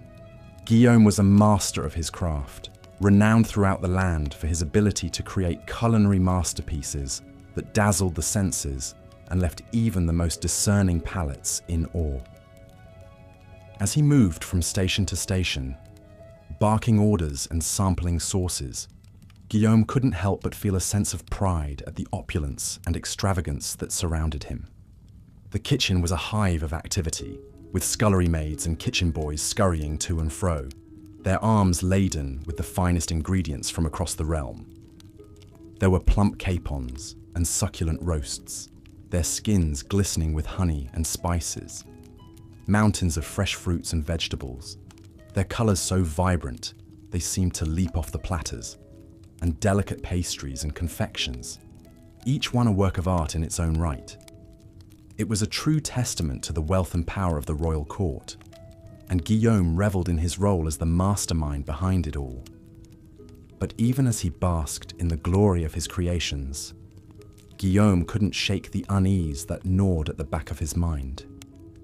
He knew all too well the stark contrast between the lavish feasts he prepared for the nobility and the meagre scraps that passed for meals among the common folk. It was a divide that troubled him deeply, though he knew that to speak out against it would be to risk everything he had worked so hard to achieve. As the final preparations were made and the first course was served, Guillaume watched from the shadows as the nobles took their seats, their faces alight with anticipation. He saw the way their eyes widened in delight as they tasted his creations, the appreciative murmurs and nods of approval that rippled through the crowd. For a moment, he allowed himself to bask in the satisfaction of a job well done. But as the night wore on and the revelry grew more boisterous, Guillaume couldn't shake the growing sense of unease that tugged at his heart. He thought of the countless hungry mouths beyond the palace walls, the gaunt faces and hollow eyes of those who had never known the pleasure of a full belly. As the last of the dishes were cleared away and the nobles retired to their chambers, their stomachs groaning with the excesses of the feast, Guillaume finally allowed himself a moment to rest. He slumped against the kitchen wall, his eyes closed, and his heart heavy with the weight of the injustices he had witnessed. In that moment, he couldn't help but wonder what it would be like to live in a world where food was not a privilege reserved for the few, but a basic right afforded to all. He knew that such a world was little more than a dream, a fantasy as distant and unattainable as the stars themselves. But still, he couldn't help but hope that someday, somehow, things might change, and the plenty he created in the palace kitchens might find its way to those who needed it most. Until then, Guillaume knew that he would continue to ply his trade, his hands forever stained with the guilt of the plenty he created and the poverty he helped perpetuate. It was a burden he would carry with him always, a constant reminder of the cruelty and inequality that lay at the heart of the medieval world. As we have journeyed through the annals of medieval history, exploring the harsh realities and cruel inequities that define the era's food culture, it is impossible not to feel a sense of gratitude for the relative abundance and variety that we enjoy in the modern age. The struggles and hardships faced by our ancestors, from the lowliest serf to the most skilled artisan, serve as a poignant reminder of just how far we have come in our quest to ensure that all people have access to the basic necessities of life. But even as we celebrate the progress we have made, it is important to remember that the spectre of hunger and malnutrition still looms large in many parts of the world.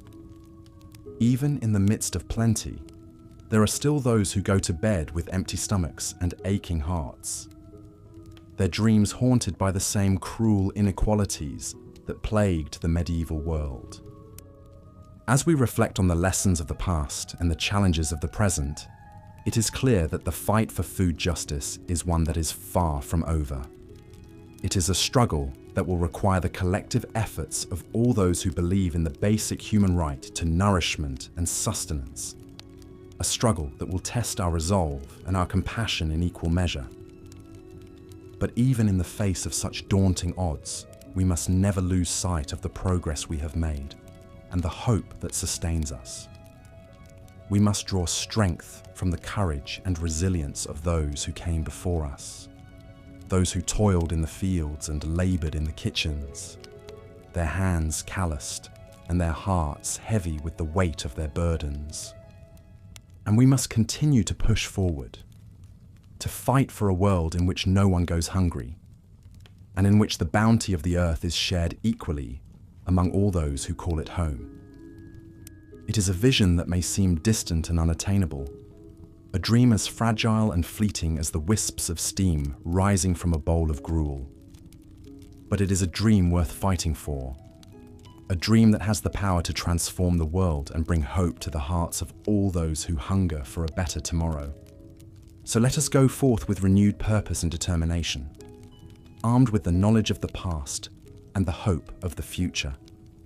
Let us work to build a world in which the plenty of the palace kitchens finds its way to the bellies of the poor, and in which the joys of the harvest are shared by all those who have labored to bring it to fruition. For in the end, the struggle for food justice is not just about filling stomachs and sating hunger. It is about the very essence of what it means to be human, about the bonds of compassion and empathy that bind us all together across the gulfs of time and space. It is a struggle that will require all of our strength and all of our courage, but it is a struggle that we cannot afford to lose. So let us go forth with open hearts and willing hands, ready to do our part in the great work of building a world in which all people can know the simple joy of a full belly and a contented smile. For in that world, the legacy of the medieval food culture will not be one of scarcity and deprivation, but one of abundance and hope, a testament to the enduring power of the human spirit to overcome even the darkest of times. Of course, for the peasants toiling in the fields from dawn to dusk, such extravagance was unimaginable. They subsisted on the most meagre of meals, their bellies never fully sated. A typical repast might consist of a thin barley or rye porridge, known as pottage, accompanied by a hunk of dense, coarse bread. If they were fortunate, they might have a small scrap of hard cheese or a few shriveled peas to add some sustenance. Meat was a rare luxury, perhaps a bit of tough, stringy salted pork on a special occasion like Christmas or Easter. The lack of variety in the peasant diet was striking. While the nobility dined on delicacies from distant lands, the common folk made do with the same bland staples day after day. There was little to break the monotony, save for the changing of the seasons, which dictated what meagre produce might be available. In the spring, tender greens like nettles or dandelions might provide a welcome respite from the usual fare.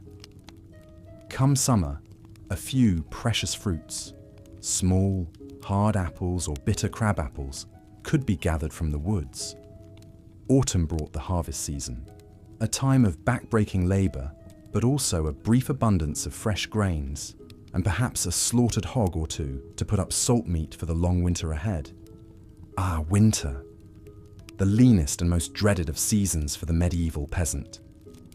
As the days grew short and the nights bitter cold, families huddled around smoky hearths, bellies pinched with hunger.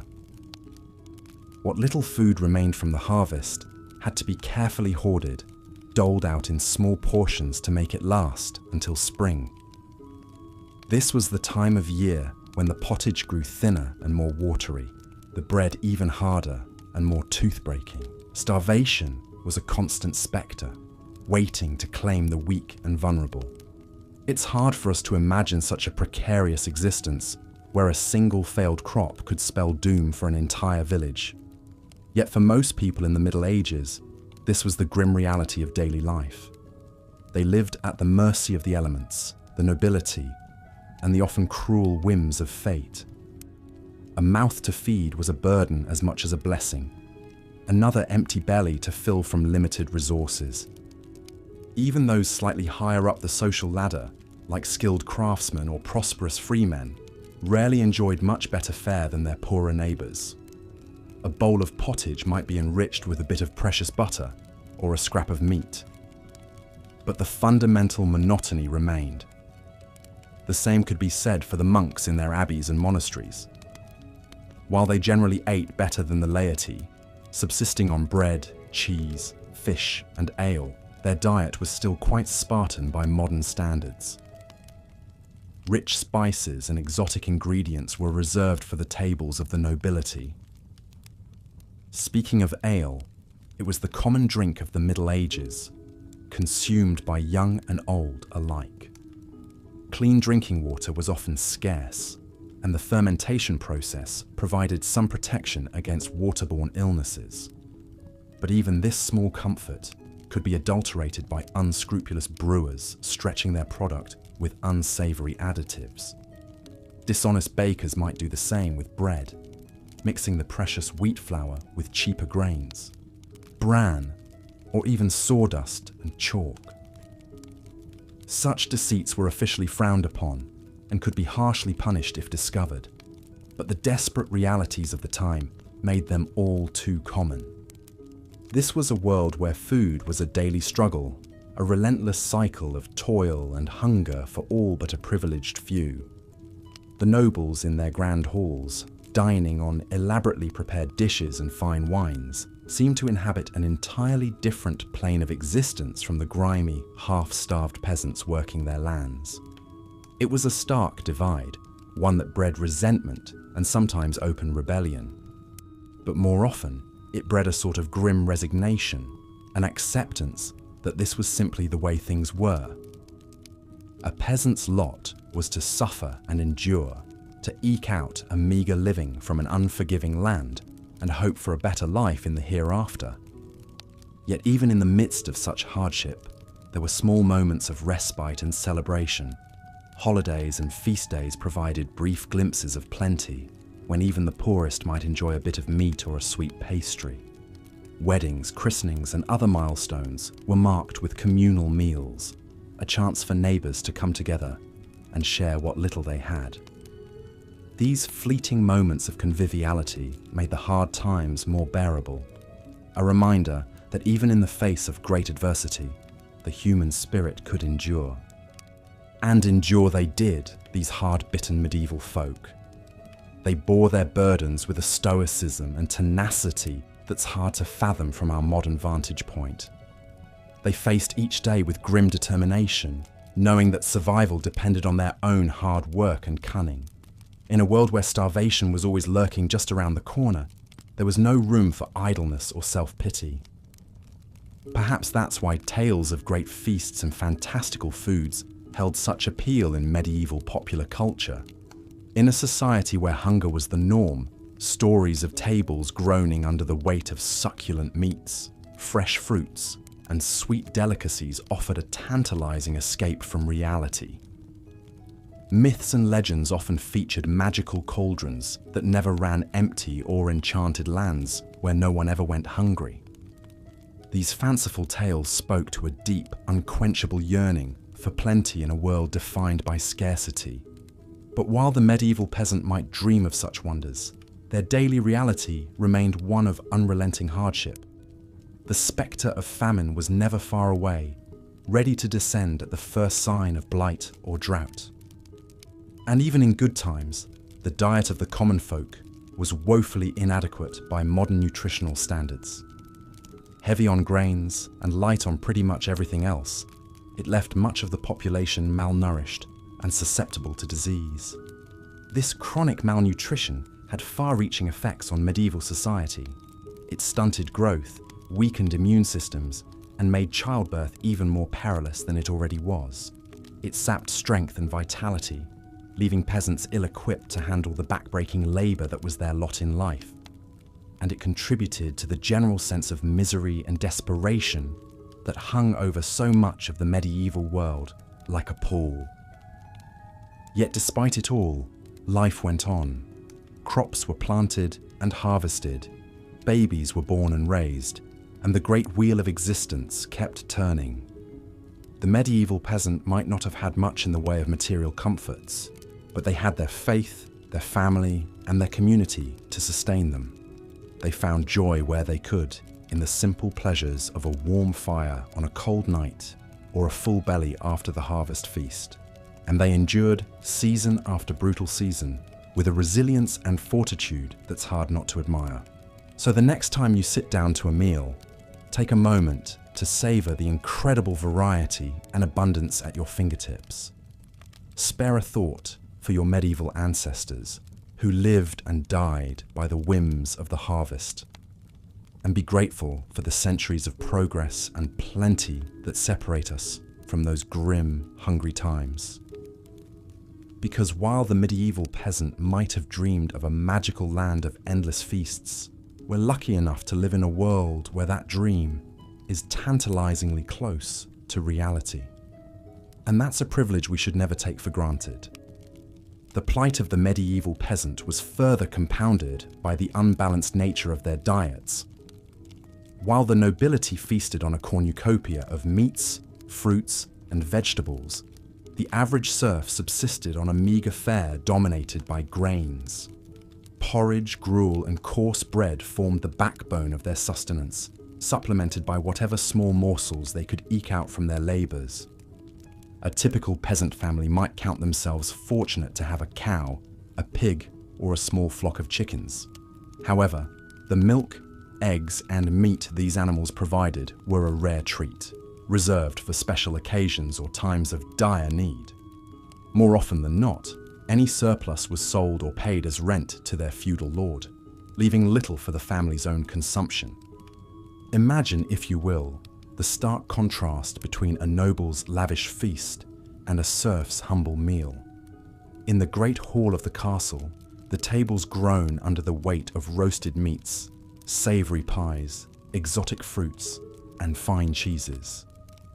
The air is filled with the aroma of saffron, cinnamon, and cloves, as richly attired lords and ladies dine with gusto. Meanwhile, in the cramped hovel of a peasant family, a pot of thin gruel bubbles over the fire. The mother carefully portions out the meagre serving, ensuring each member of the family receives just enough to stave off the gnawing hunger in their bellies. The children's eyes widen at the sight of a small crust of bread, a precious addition to their usual fare. The unbalanced nature of the peasant diet took a heavy toll on their health. Malnutrition was rampant, weakening the immune system and leaving the population vulnerable to disease. Scurvy, caused by a lack of vitamin C, was a common affliction, leading to bleeding gums, loose teeth, and eventually death if untreated. In times of famine, known as seasons of dearth, the situation became even more dire. Crop failures due to drought, flooding, or pests could spell disaster for entire regions. With no reserves to fall back on, peasant families were left to starve, their weakened bodies succumbing to hunger and disease. One particularly harrowing tale comes from the chronicler Henry of Livonia, who described a famine in the early 13th century. He wrote of peasants driven to such desperation that they resorted to eating dogs, cats, and even the corpses of the dead. While such extreme measures were rare, they serve as a grim reminder of the precarious nature of life for the medieval peasantry. The unequal distribution of food in medieval society was a stark reflection of the rigid class hierarchy that defined the era. While the nobility enjoyed a varied and plentiful diet, the vast majority of the population lived on the brink of starvation, their meals a monotonous and meagre affair. This disparity would persist for centuries, with only gradual improvements in agricultural techniques and social reforms slowly narrowing the gap. As we continue our journey through the culinary landscape of the Middle Ages, we turn our attention to another scourge that plagued the populace: adulterated food and drink. In a time before strict regulations and quality control, unscrupulous merchants and producers often resorted to cutting corners and deceiving their customers in the name of profit. One common target for adulteration was bread, a staple of the medieval diet. Bakers, seeking to stretch their meagre supplies of flour, would mix in a variety of unsavory additives. Ground acorns, chalk, sawdust, and even ground bones were among the fillers used to bulk up the loaves. The resulting bread was often dense, gritty, and lacking in both flavour and nutrition. Ale and wine, the favoured drinks of the era, were also subject to tampering. In a time when clean drinking water was often scarce, these fermented beverages were seen as a safer alternative. However, unscrupulous brewers and vintners would often water down their products to increase their profits, resulting in weak, insipid drinks that did little to quench the thirst or lift the spirits. The story of Agnes, the alewife, illustrates the temptation to adulterate one's wares.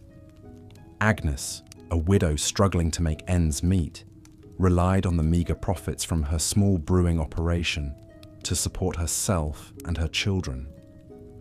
One particularly lean year, with the price of grains soaring and her customers dwindling, Agnes made the fateful decision to water down her ale, stretching her limited supply to sell more volume. At first, her deception went unnoticed, and Agnes breathed a sigh of relief as the coins clinked into her purse. However, word soon spread of the weak, tasteless brew, and her once loyal customers began to seek out other alehouses. Agnes's reputation was ruined, and she was forced to close her doors, leaving her family to face an uncertain future. While medieval authorities did attempt to regulate the quality of food and drink, enforcement was often lax and inconsistent. The Assize of Bread and Ale, a 13th century English law, set strict standards for the weight and price of these staples, but bakers and brewers found creative ways to skirt the rules. Fines and public humiliation were common punishments for those caught adulterating their products, but the lure of easy profits often outweighed the risk of getting caught.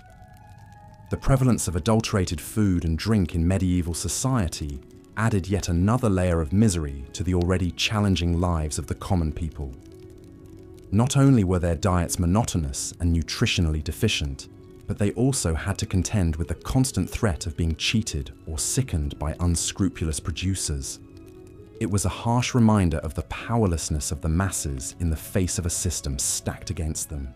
As we delve deeper into the realities of medieval food, it becomes increasingly clear that the romantic image of a bountiful, rustic past is a far cry from the truth. For the vast majority of the population, eating was a daily struggle, fraught with scarcity, monotony, and the ever-present spectre of adulteration. In a world where food was quite literally a matter of life and death, the medieval peasant had little choice but to make do with whatever meagre sustenance they could scrape together. But the challenges of medieval dining were not limited to the quality and quantity of the food itself.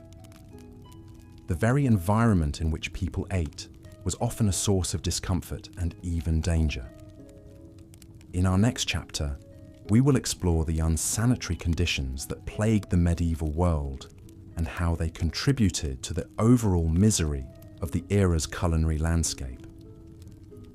Picture, if you will, a typical peasant dwelling in the Middle Ages.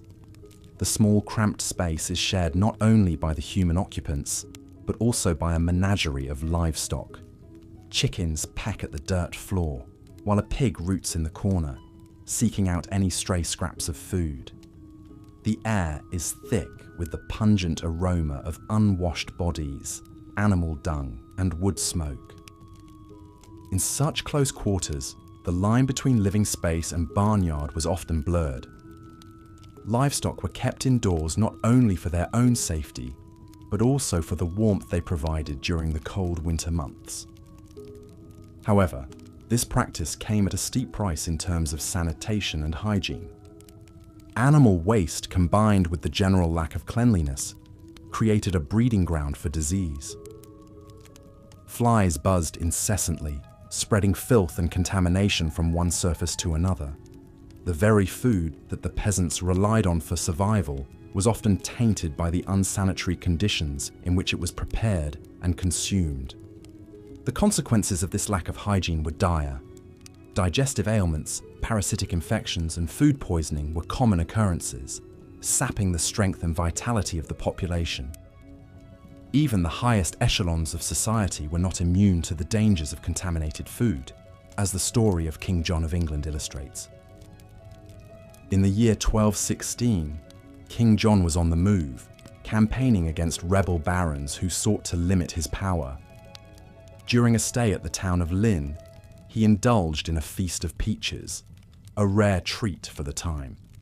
However, unbeknownst to the king, The peaches had been improperly stored and had begun to rot. Consumed by hunger and a love of exotic fruits, John ate his fill, only to fall violently ill shortly thereafter. Racked by dysentery and fever, the king's health rapidly deteriorated. He pressed on with his campaign, but his weakened state left him vulnerable to the elements.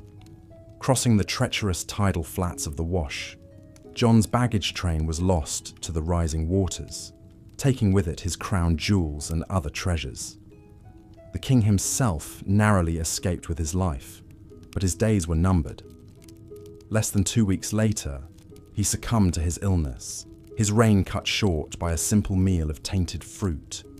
King John's fate, while perhaps more dramatic than most, was not uncommon in a world where food safety was a rare luxury.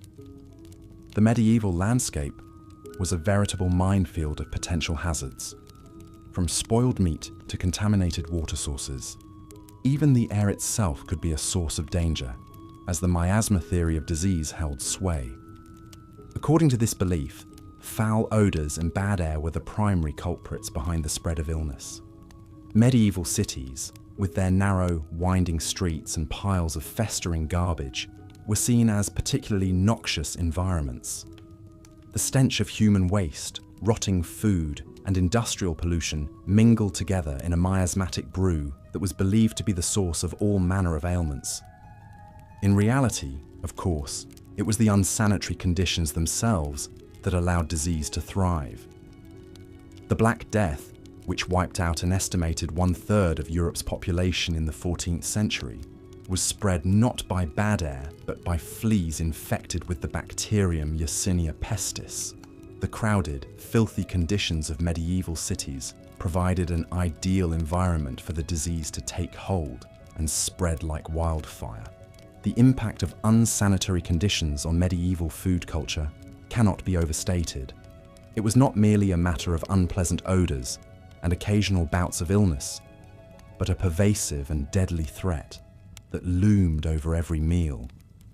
The simple act of eating, which we today take for granted as a pleasurable and nourishing experience, was fraught with danger and uncertainty for the average medieval peasant. In a world where even the most basic standards of hygiene were often lacking, food became not just a source of sustenance, but also a potential vector for disease and suffering. This, combined with the scarcity and monotony of the peasant diet, created a culinary landscape that was as bleak as it was unappetizing. As we continue our exploration of why food in medieval times sucked, it is important to remember that the challenges we have discussed so far, the lack of variety, the difficulty of preservation, the unbalanced diets, and the unsanitary conditions, were not the only factors at play. In our next chapter, we will turn our attention to the role of the Church in shaping the culinary habits of the time, and how religious doctrine often compounded the already considerable hardships faced by the average medieval diner. But first, let us take a moment to reflect on the incredible resilience and adaptability of our ancestors. In the face of unimaginable adversity, they found ways to survive and even thrive, leaving behind a legacy that continues to shape our world to this day. As we tuck into our own meals, let us spare a thought for the medieval peasant, whose daily struggle for sustenance was a testament to the indomitable human spirit. For the medieval peasant, the hardships of daily life were compounded by the strict religious doctrines of the Catholic Church. In a society where the Church held immense power and influence, its teachings and edicts permeated every aspect of life, including the most basic of human needs: food. Central to the Church's dietary restrictions were the concepts of fasting and abstinence. On designated days throughout the year, particularly during the season of Lent, the faithful were required to abstain from consuming meat and to limit their overall food intake. For the already undernourished peasantry, these restrictions could be particularly burdensome. Imagine, if you will, the plight of a poor peasant family during the 40 days of Lent, already subsisting on a meagre diet of gruel and bread.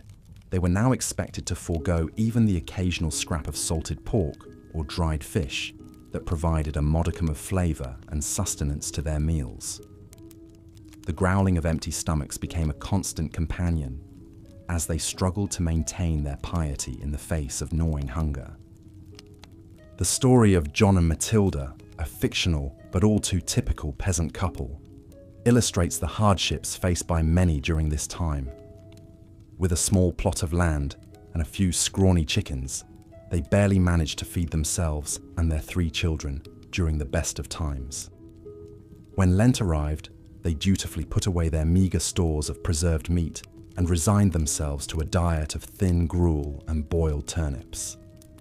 As the days wore on, their energy flagged and their tempers frayed. The children, too young to understand the reasons behind their deprivation, cried incessantly from hunger. John, a devout man, struggled to maintain his faith in the face of such hardship, while Matilda secretly dreamed of the savoury stew she would make when Lent was finally over. The couple's plight was not unique. Across the land, peasant families face similar struggles, their already meagre diets further restricted by the dictates of the church. Some, driven by desperation, resorted to poaching in the royal forests, risking severe punishment if caught. Others simply went without, their bodies weakening and their spirits breaking under the weight of their devotion. While the intentions behind the church's dietary restrictions were ostensibly noble, to encourage spiritual reflection and penance, their impact on the peasantry was often dire. In a society already plagued by scarcity and inequality, the added burden of religious fasting could be the difference between life and death. Yet even in the midst of such hardship, there were glimmers of hope and compassion. Monasteries and abbeys, with their vast landholdings and well-stocked larders, often served as a source of food aid for the poor. Monks and nuns, bound by their vows of charity and hospitality, would distribute bread and ale to the hungry, providing a brief respite from the gnawing pain of an empty belly. One such story tells of a kind-hearted abbess named Hildegard, who, upon seeing the gaunt faces of the peasants who came to her abbey seeking alms, ordered her kitchens to prepare a hearty pottage of vegetables and barley to be distributed to all who asked. The grateful recipients, their spirits lifted by this unexpected act of kindness, returned to their homes with renewed strength and a glimmer of hope in their hearts. Such acts of compassion, however, were all too rare in a world where the divide between rich and poor was vast and unyielding. The Church, for all its teachings of love and charity, was often complicit in maintaining the rigid social hierarchy that kept the peasantry in a state of perpetual poverty and hunger. As we reflect on the role of religion in shaping the culinary landscape of medieval Europe, it is important to recognize the complex interplay of faith, power, and social inequality that defined the era. For the peasantry, food was not merely a matter of sustenance, but a daily reminder of their place in a world where even the most basic of human needs could be subject to the whims of the powerful. In our final chapter, we will explore the concept of the medieval feast and how it served as a stark contrast to the daily realities faced by the common people. Through the lens of this lavish display of wealth and abundance, we will come to understand the true depths of the inequality that defined the era and the ways in which food served as both a source of nourishment and a symbol of social division. But first, let us pause for a moment and imagine ourselves in the place of the medieval peasant, their hunger a constant companion, and their faith tested by the unyielding dictates of the Church. In their struggles and their resilience, we may find a deeper appreciation for the abundance and choice that we so often take for granted in our own lives. As we have seen, the life of a medieval peasant was one of constant hardship and deprivation, with food being a daily struggle rather than a source of pleasure or comfort. Yet, in stark contrast to this bleak reality, there existed another world entirely, that of the royal feast. In the great halls of castles and palaces, the nobility would gather to indulge in lavish banquets, that were a far cry from the meagre fare of the common people. These feasts were not just a display of wealth and power, but also a symbol of the vast chasm that existed between the ruling class and the masses. Imagine, if you will, the scene of a grand medieval feast. The great hall is lit by the flickering light of countless candles, their warm glow illuminating the rich tapestries and gleaming silver that adorn the walls. The tables are laden with a vast array of dishes, each more sumptuous than the last. At the center of the table sits a magnificent roasted boar, its crisp, golden skin glistening with fat. Surrounding it are platters of roasted fowl, their succulent flesh stuffed with exotic spices and herbs. There are pies filled with tender game, their flaky crusts hiding a treasure trove of savory delights. And everywhere, there are fruits and vegetables of every hue, their vibrant colors a testament to the bounty of the land. Presiding over this opulent display is the royal cook, a master of his craft who has spent days preparing for this grand occasion. He has scoured the countryside for the finest ingredients, sourcing the freshest meats and... Part 4. Adulterated food and drink. In the dimly lit, cramped streets of a medieval town, a baker named Alric wiped the sweat from his brow as he toiled over his latest batch of bread. The harvest had been meagre this year, and grain prices were soaring. To make ends meet, Alric had resorted to secretly stretching his dough with fillers like ground acorns, sawdust, and even chalk. It was a common practice among unscrupulous bakers looking to maximize their profits, even if it meant compromising the quality and safety of their bread. As Alric worked, his mind wandered to the alewife down the street, who was known for watering down her brew to make it last longer. In a world where clean drinking water was often scarce, ale and wine were the beverages of choice for most people. However, this also meant that the quality of these drinks was often questionable at best. In larger cities, the authorities did attempt to regulate the food and drink trade to some extent. Ale tasters were employed to ensure that brews met a certain standard, and bakers found to be adulterating their bread could face fines or even public humiliation. In London, for example, dishonest bakers might be dragged through the streets on a hurdle with their substandard loaves hung around their necks. However, these regulations were often poorly enforced, and the punishments were not always a sufficient deterrent. Many bakers and brewers simply saw the fines as a cost of doing business and continued to cut corners wherever they could.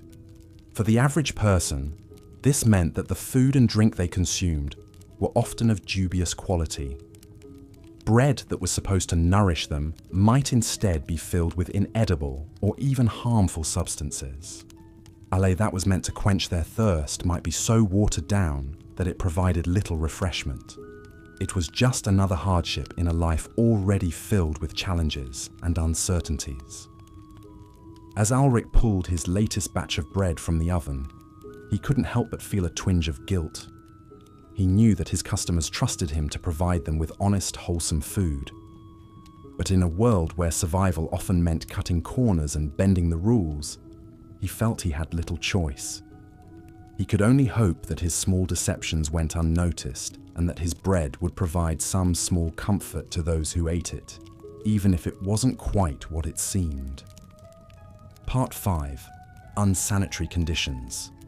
In the year 1216, King John of England sat down to a lavish meal after a long day of hunting. As was customary, he was presented with a variety of dishes, including fruit, meat, and sweetmeats. However, unbeknownst to the king, the peaches he consumed that day were spoiled, likely due to improper storage and handling. Shortly after the meal, John fell violently ill with dysentery, a disease that would ultimately claim his life. While the exact cause of King John's death has been debated by historians, his story illustrates a stark reality of medieval life. Unsanitary conditions were rampant, and they took a serious toll on people's health and well-being. In many medieval households, livestock were often kept inside the home for warmth and safety.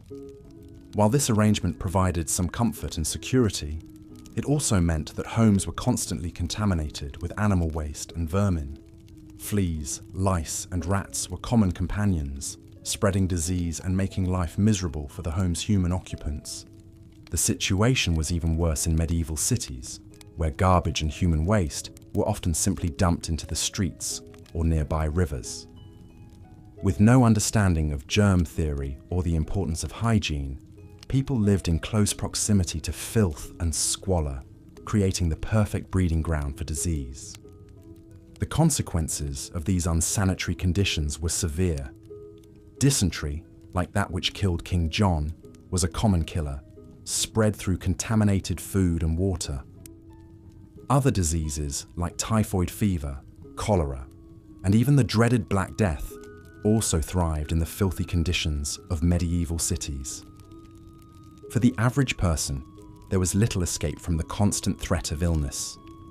Even the food they ate and the water they drank were often tainted with disease-causing microbes. In a world without antibiotics or modern medical knowledge, even a minor infection could quickly become life-threatening. The story of King John's death, while notable due to his status, was far from unique. For rich and poor alike, the spectre of disease and death was a constant presence, fueled in large part by the unsanitary conditions in which they lived. It was a grim reality of medieval life, and one that would persist for centuries until the advent of modern sanitation and hygiene practices. As the sun set over the medieval city, the stench of waste and decay hung heavy in the air. In the distance, the bells of the church tolled, a somber reminder of the many lives claimed by the filth and squalor of the streets. For the people of the city, it was just another day in a world where cleanliness was a luxury and disease was a constant companion. Part 6. The influence of the church. In a small cottage on the outskirts of a medieval village, a peasant family gathered around their meager evening meal. The fare was simple, a thin pottage made from vegetables and a scrap of salted pork, accompanied by a hard crust of bread. It was Lent, and the family was doing their best to honor the church's mandate to fast and abstain from meat during this holy season.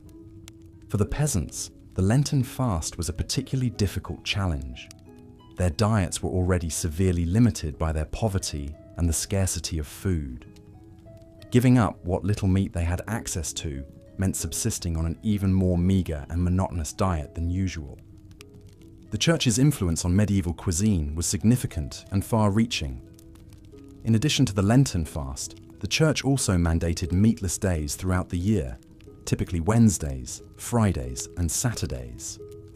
For the wealthy, these restrictions were an inconvenience, but for the poor, they could mean the difference between a full belly and hunger. Despite the hardships imposed by the church's dietary rules, there were some small consolations. Monasteries and abbeys often provided food aid to the hungry as a form of charity. Monks and nuns would distribute bread, ale, and sometimes even meat to the poor, particularly on holy days and festivals. However, this charity was not always enough to alleviate the suffering of the peasantry. In times of extreme scarcity, some peasants resorted to poaching game from the royal forests, risking severe punishments if caught. The church, in collaboration with the secular authorities, strictly enforced these hunting bans, viewing poaching as a sin against God and a crime against the king. As the peasant family finished their meager Lenten meal, they bowed their heads in prayer, thanking God for what little they had. They knew that the fast would not last forever, and that Easter would bring a brief respite from the monotony and scarcity of their diet.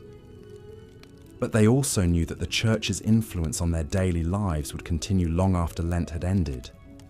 The cycle of fasting and feasting, of scarcity and abundance, was woven into the very fabric of medieval life, shaping not only what people ate, but how they lived and worshipped.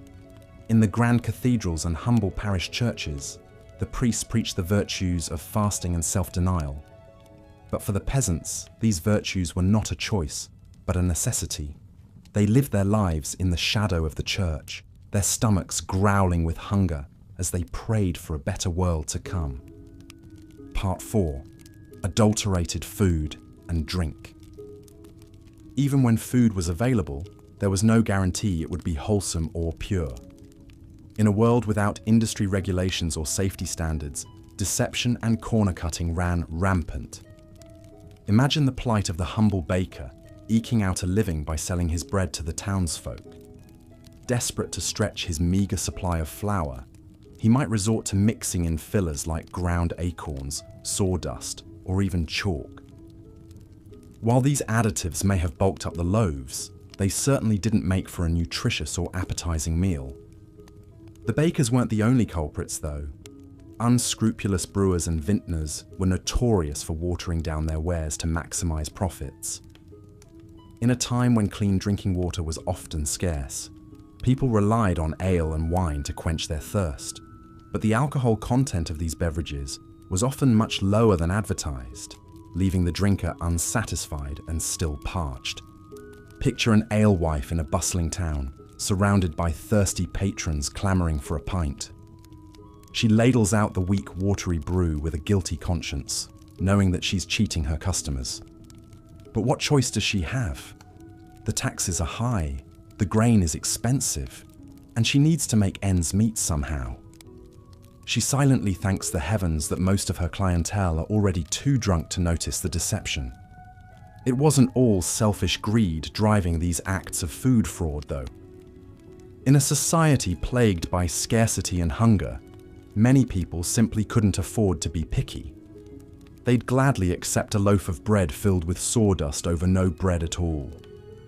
And when crops failed and famine struck, people resorted to eating whatever they could get their hands on just to survive. Grass, roots, even tree bark. Attempts were made by authorities to crack down on food adulterators. In England, the Assize of Bread and Ale in the 13th century set out harsh penalties for bakers and brewers caught cheating their customers. Fines, public humiliation, even corporal punishment awaited those who dared to tamper with the purity of the staples. But with limited means of enforcement and the constant pressure of scarcity, such laws did little to stem the tide of food fraud in the medieval world. So the next time you bite into a fresh, crusty baguette or sip a cool, crisp lager, take a moment to appreciate how far we've come. In our world of abundant food choices and stringent quality control, it's easy to forget that for our medieval ancestors, every morsel was a gamble, and a full belly was never a guarantee. Their daily sustenance was often as much a product of deception and desperation as it was of nourishment and pleasure. Part 5. Unsanitary conditions. Beyond the challenges of scarcity, spoilage, and adulteration, the people of the Middle Ages also had to contend with the ever-present spectre of disease. In a world without germ theory or modern sanitation, food and water were often tainted with dangerous pathogens, turning every meal into a potential game of Russian roulette. The very living conditions of medieval people conspired against any notions of food safety. Many peasants shared their humble cottages with their livestock, with animals like cattle and chickens living under the same roof as the family. While this arrangement provided some warmth and security for the beasts, it also meant that animal waste and insects were a constant presence in the home, contaminating food, water, and surfaces. Cities were even worse, with narrow, filthy streets and crowded tenements creating the perfect breeding grounds for disease. Garbage, human waste, and animal carcasses piled up in the gutters, tainting the air and seeping into the water supply. The stench alone would have been overwhelming, but the real danger lurked in the millions of microbes swarming on every surface. It's no wonder that medieval people had such short lifespans, with disease cutting down young and old alike. Even the nobility weren't immune, despite their superior living conditions. The tragic story of King John of England serves as a cautionary tale. In 1216, while on a military campaign, the king gorged himself on peaches and cider, only to fall violently ill and die a few days later. Chroniclers at the time attributed his death to gluttony, but modern historians suspect that the real culprit was more likely food poisoning from contaminated fruit. The greatest scourge of the medieval world, the Black Death, was in part enabled by the unsanitary conditions that people lived in. The plague was spread by rats and fleas, which thrived in the squalor of medieval cities and towns. With garbage and waste piling up and hygiene standards virtually non-existent, it was only a matter of time before the pestilence took hold, wiping out a third of Europe's population. It's a grim picture, but it's important to remember that medieval people weren't ignorant or unconcerned about cleanliness. They may not have understood the science behind disease transmission, but they recognized the importance of keeping food and water clean. Monasteries and hospitals often had strict hygiene rules, and medieval housewives took great pride in keeping their homes as spotless as possible. But in a world without refrigeration, proper sewage systems, or clean running water, there was only so much that could be done. Every day was a battle against the forces of decay and contamination, and all too often, those forces won out. So the next time you enjoy a meal in a clean modern kitchen, spare a thought for your medieval ancestors who fought that battle every day of their lives, with the odds stacked firmly against them. Part 6.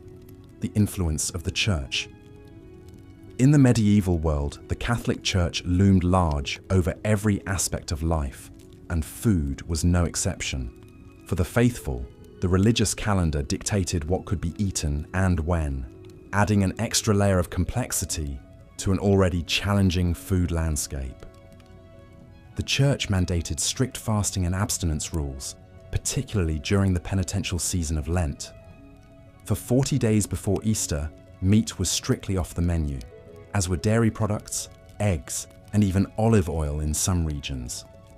Fish was sometimes permitted, but for many poor peasants, even that was a luxury they could ill afford. Imagine the struggle of a peasant family, already living on the brink of starvation, faced with the prospect of giving up what little meat and dairy they had for the sake of spiritual purity. The growling stomachs and weakened bodies were a small price to pay, they were told, for the promise of eternal salvation. But that was cold comfort for a mother watching her children grow thin and listless from hunger. Even outside of Lent, the Church's influence could be felt in the rhythms of the weekly menu. Wednesdays, Fridays, and Saturdays were designated as lean days, when meat was forbidden. For the wealthy, this simply meant substituting fish or other luxuries. But for the poor, it often meant going without any animal protein at all. There were some small mercies, however. Monasteries and abbeys often provided food aid to the hungry as part of their mission of charity. Monks would distribute bread, soup, and ale to the needy, offering a rare respite from the gnawing hunger that was a constant companion for so many. Some even opened their doors to travelers, providing a warm meal and a bed for the night to those who could not afford an inn. But even this generosity had its limits. The Church was also a major landowner, controlling vast swaths of agricultural land and forests.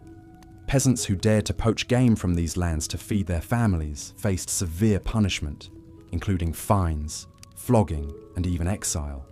The irony of a supposedly charitable institution hoarding its wealth while its flock starved was not lost on many. The impact of the Church's dietary restrictions on the medieval populace cannot be overstated. For people already struggling to find enough to eat, the added burden of religious fasting and abstinence could be the difference between life and death. And yet, the fear of eternal damnation was a powerful motivator, driving people to endure even the most extreme privations for the sake of their immortal souls. Today, we may look back on these practices as archaic and even cruel, but for medieval people, they were a fundamental part of the fabric of life. The Church's hold on the hearts and minds of the faithful was unquestioned. and its dictates carried the weight of divine law. To defy them was to risk not only earthly punishment, but the fires of hell itself. And so, with gritted teeth and growling bellies, the people of the Middle Ages soldiered on, secure in the knowledge that their suffering would be rewarded in the world to come. And so we come to the end of our journey through the dismal depths of medieval cuisine. It's a testament to human resilience that people managed to survive and even thrive at times on such a meager and unreliable food supply. The scarcity, the spoilage, the sheer monotony of gruel and gruel again. It's enough to make one grateful for the simple pleasure of a crisp apple or a well-spiced curry. Can you imagine the astonishment on a medieval peasant's face if they were transported to a modern supermarket? The gleaming aisles packed with more food than a king's banquet hall, the rainbow of fresh fruits and vegetables in the produce section, the fragrant loaves of bread that would have seemed like manna from heaven to a hungry serf, and the sheer abundance of it all, enough food to feed a village, all under one roof. Of course, we still face challenges in our modern food system. Inequality, waste, environmental degradation. These are all issues that we must grapple with. But we have also made incredible strides since the days of rancid meat pies and turnip gruel. We have a greater understanding of nutrition, of food safety, of the importance of variety and balance in our diets. We have the ability to preserve and transport food across great distances, to enjoy flavors from around the world in our own kitchens. So the next time you sit down to a meal, take a moment to savor it.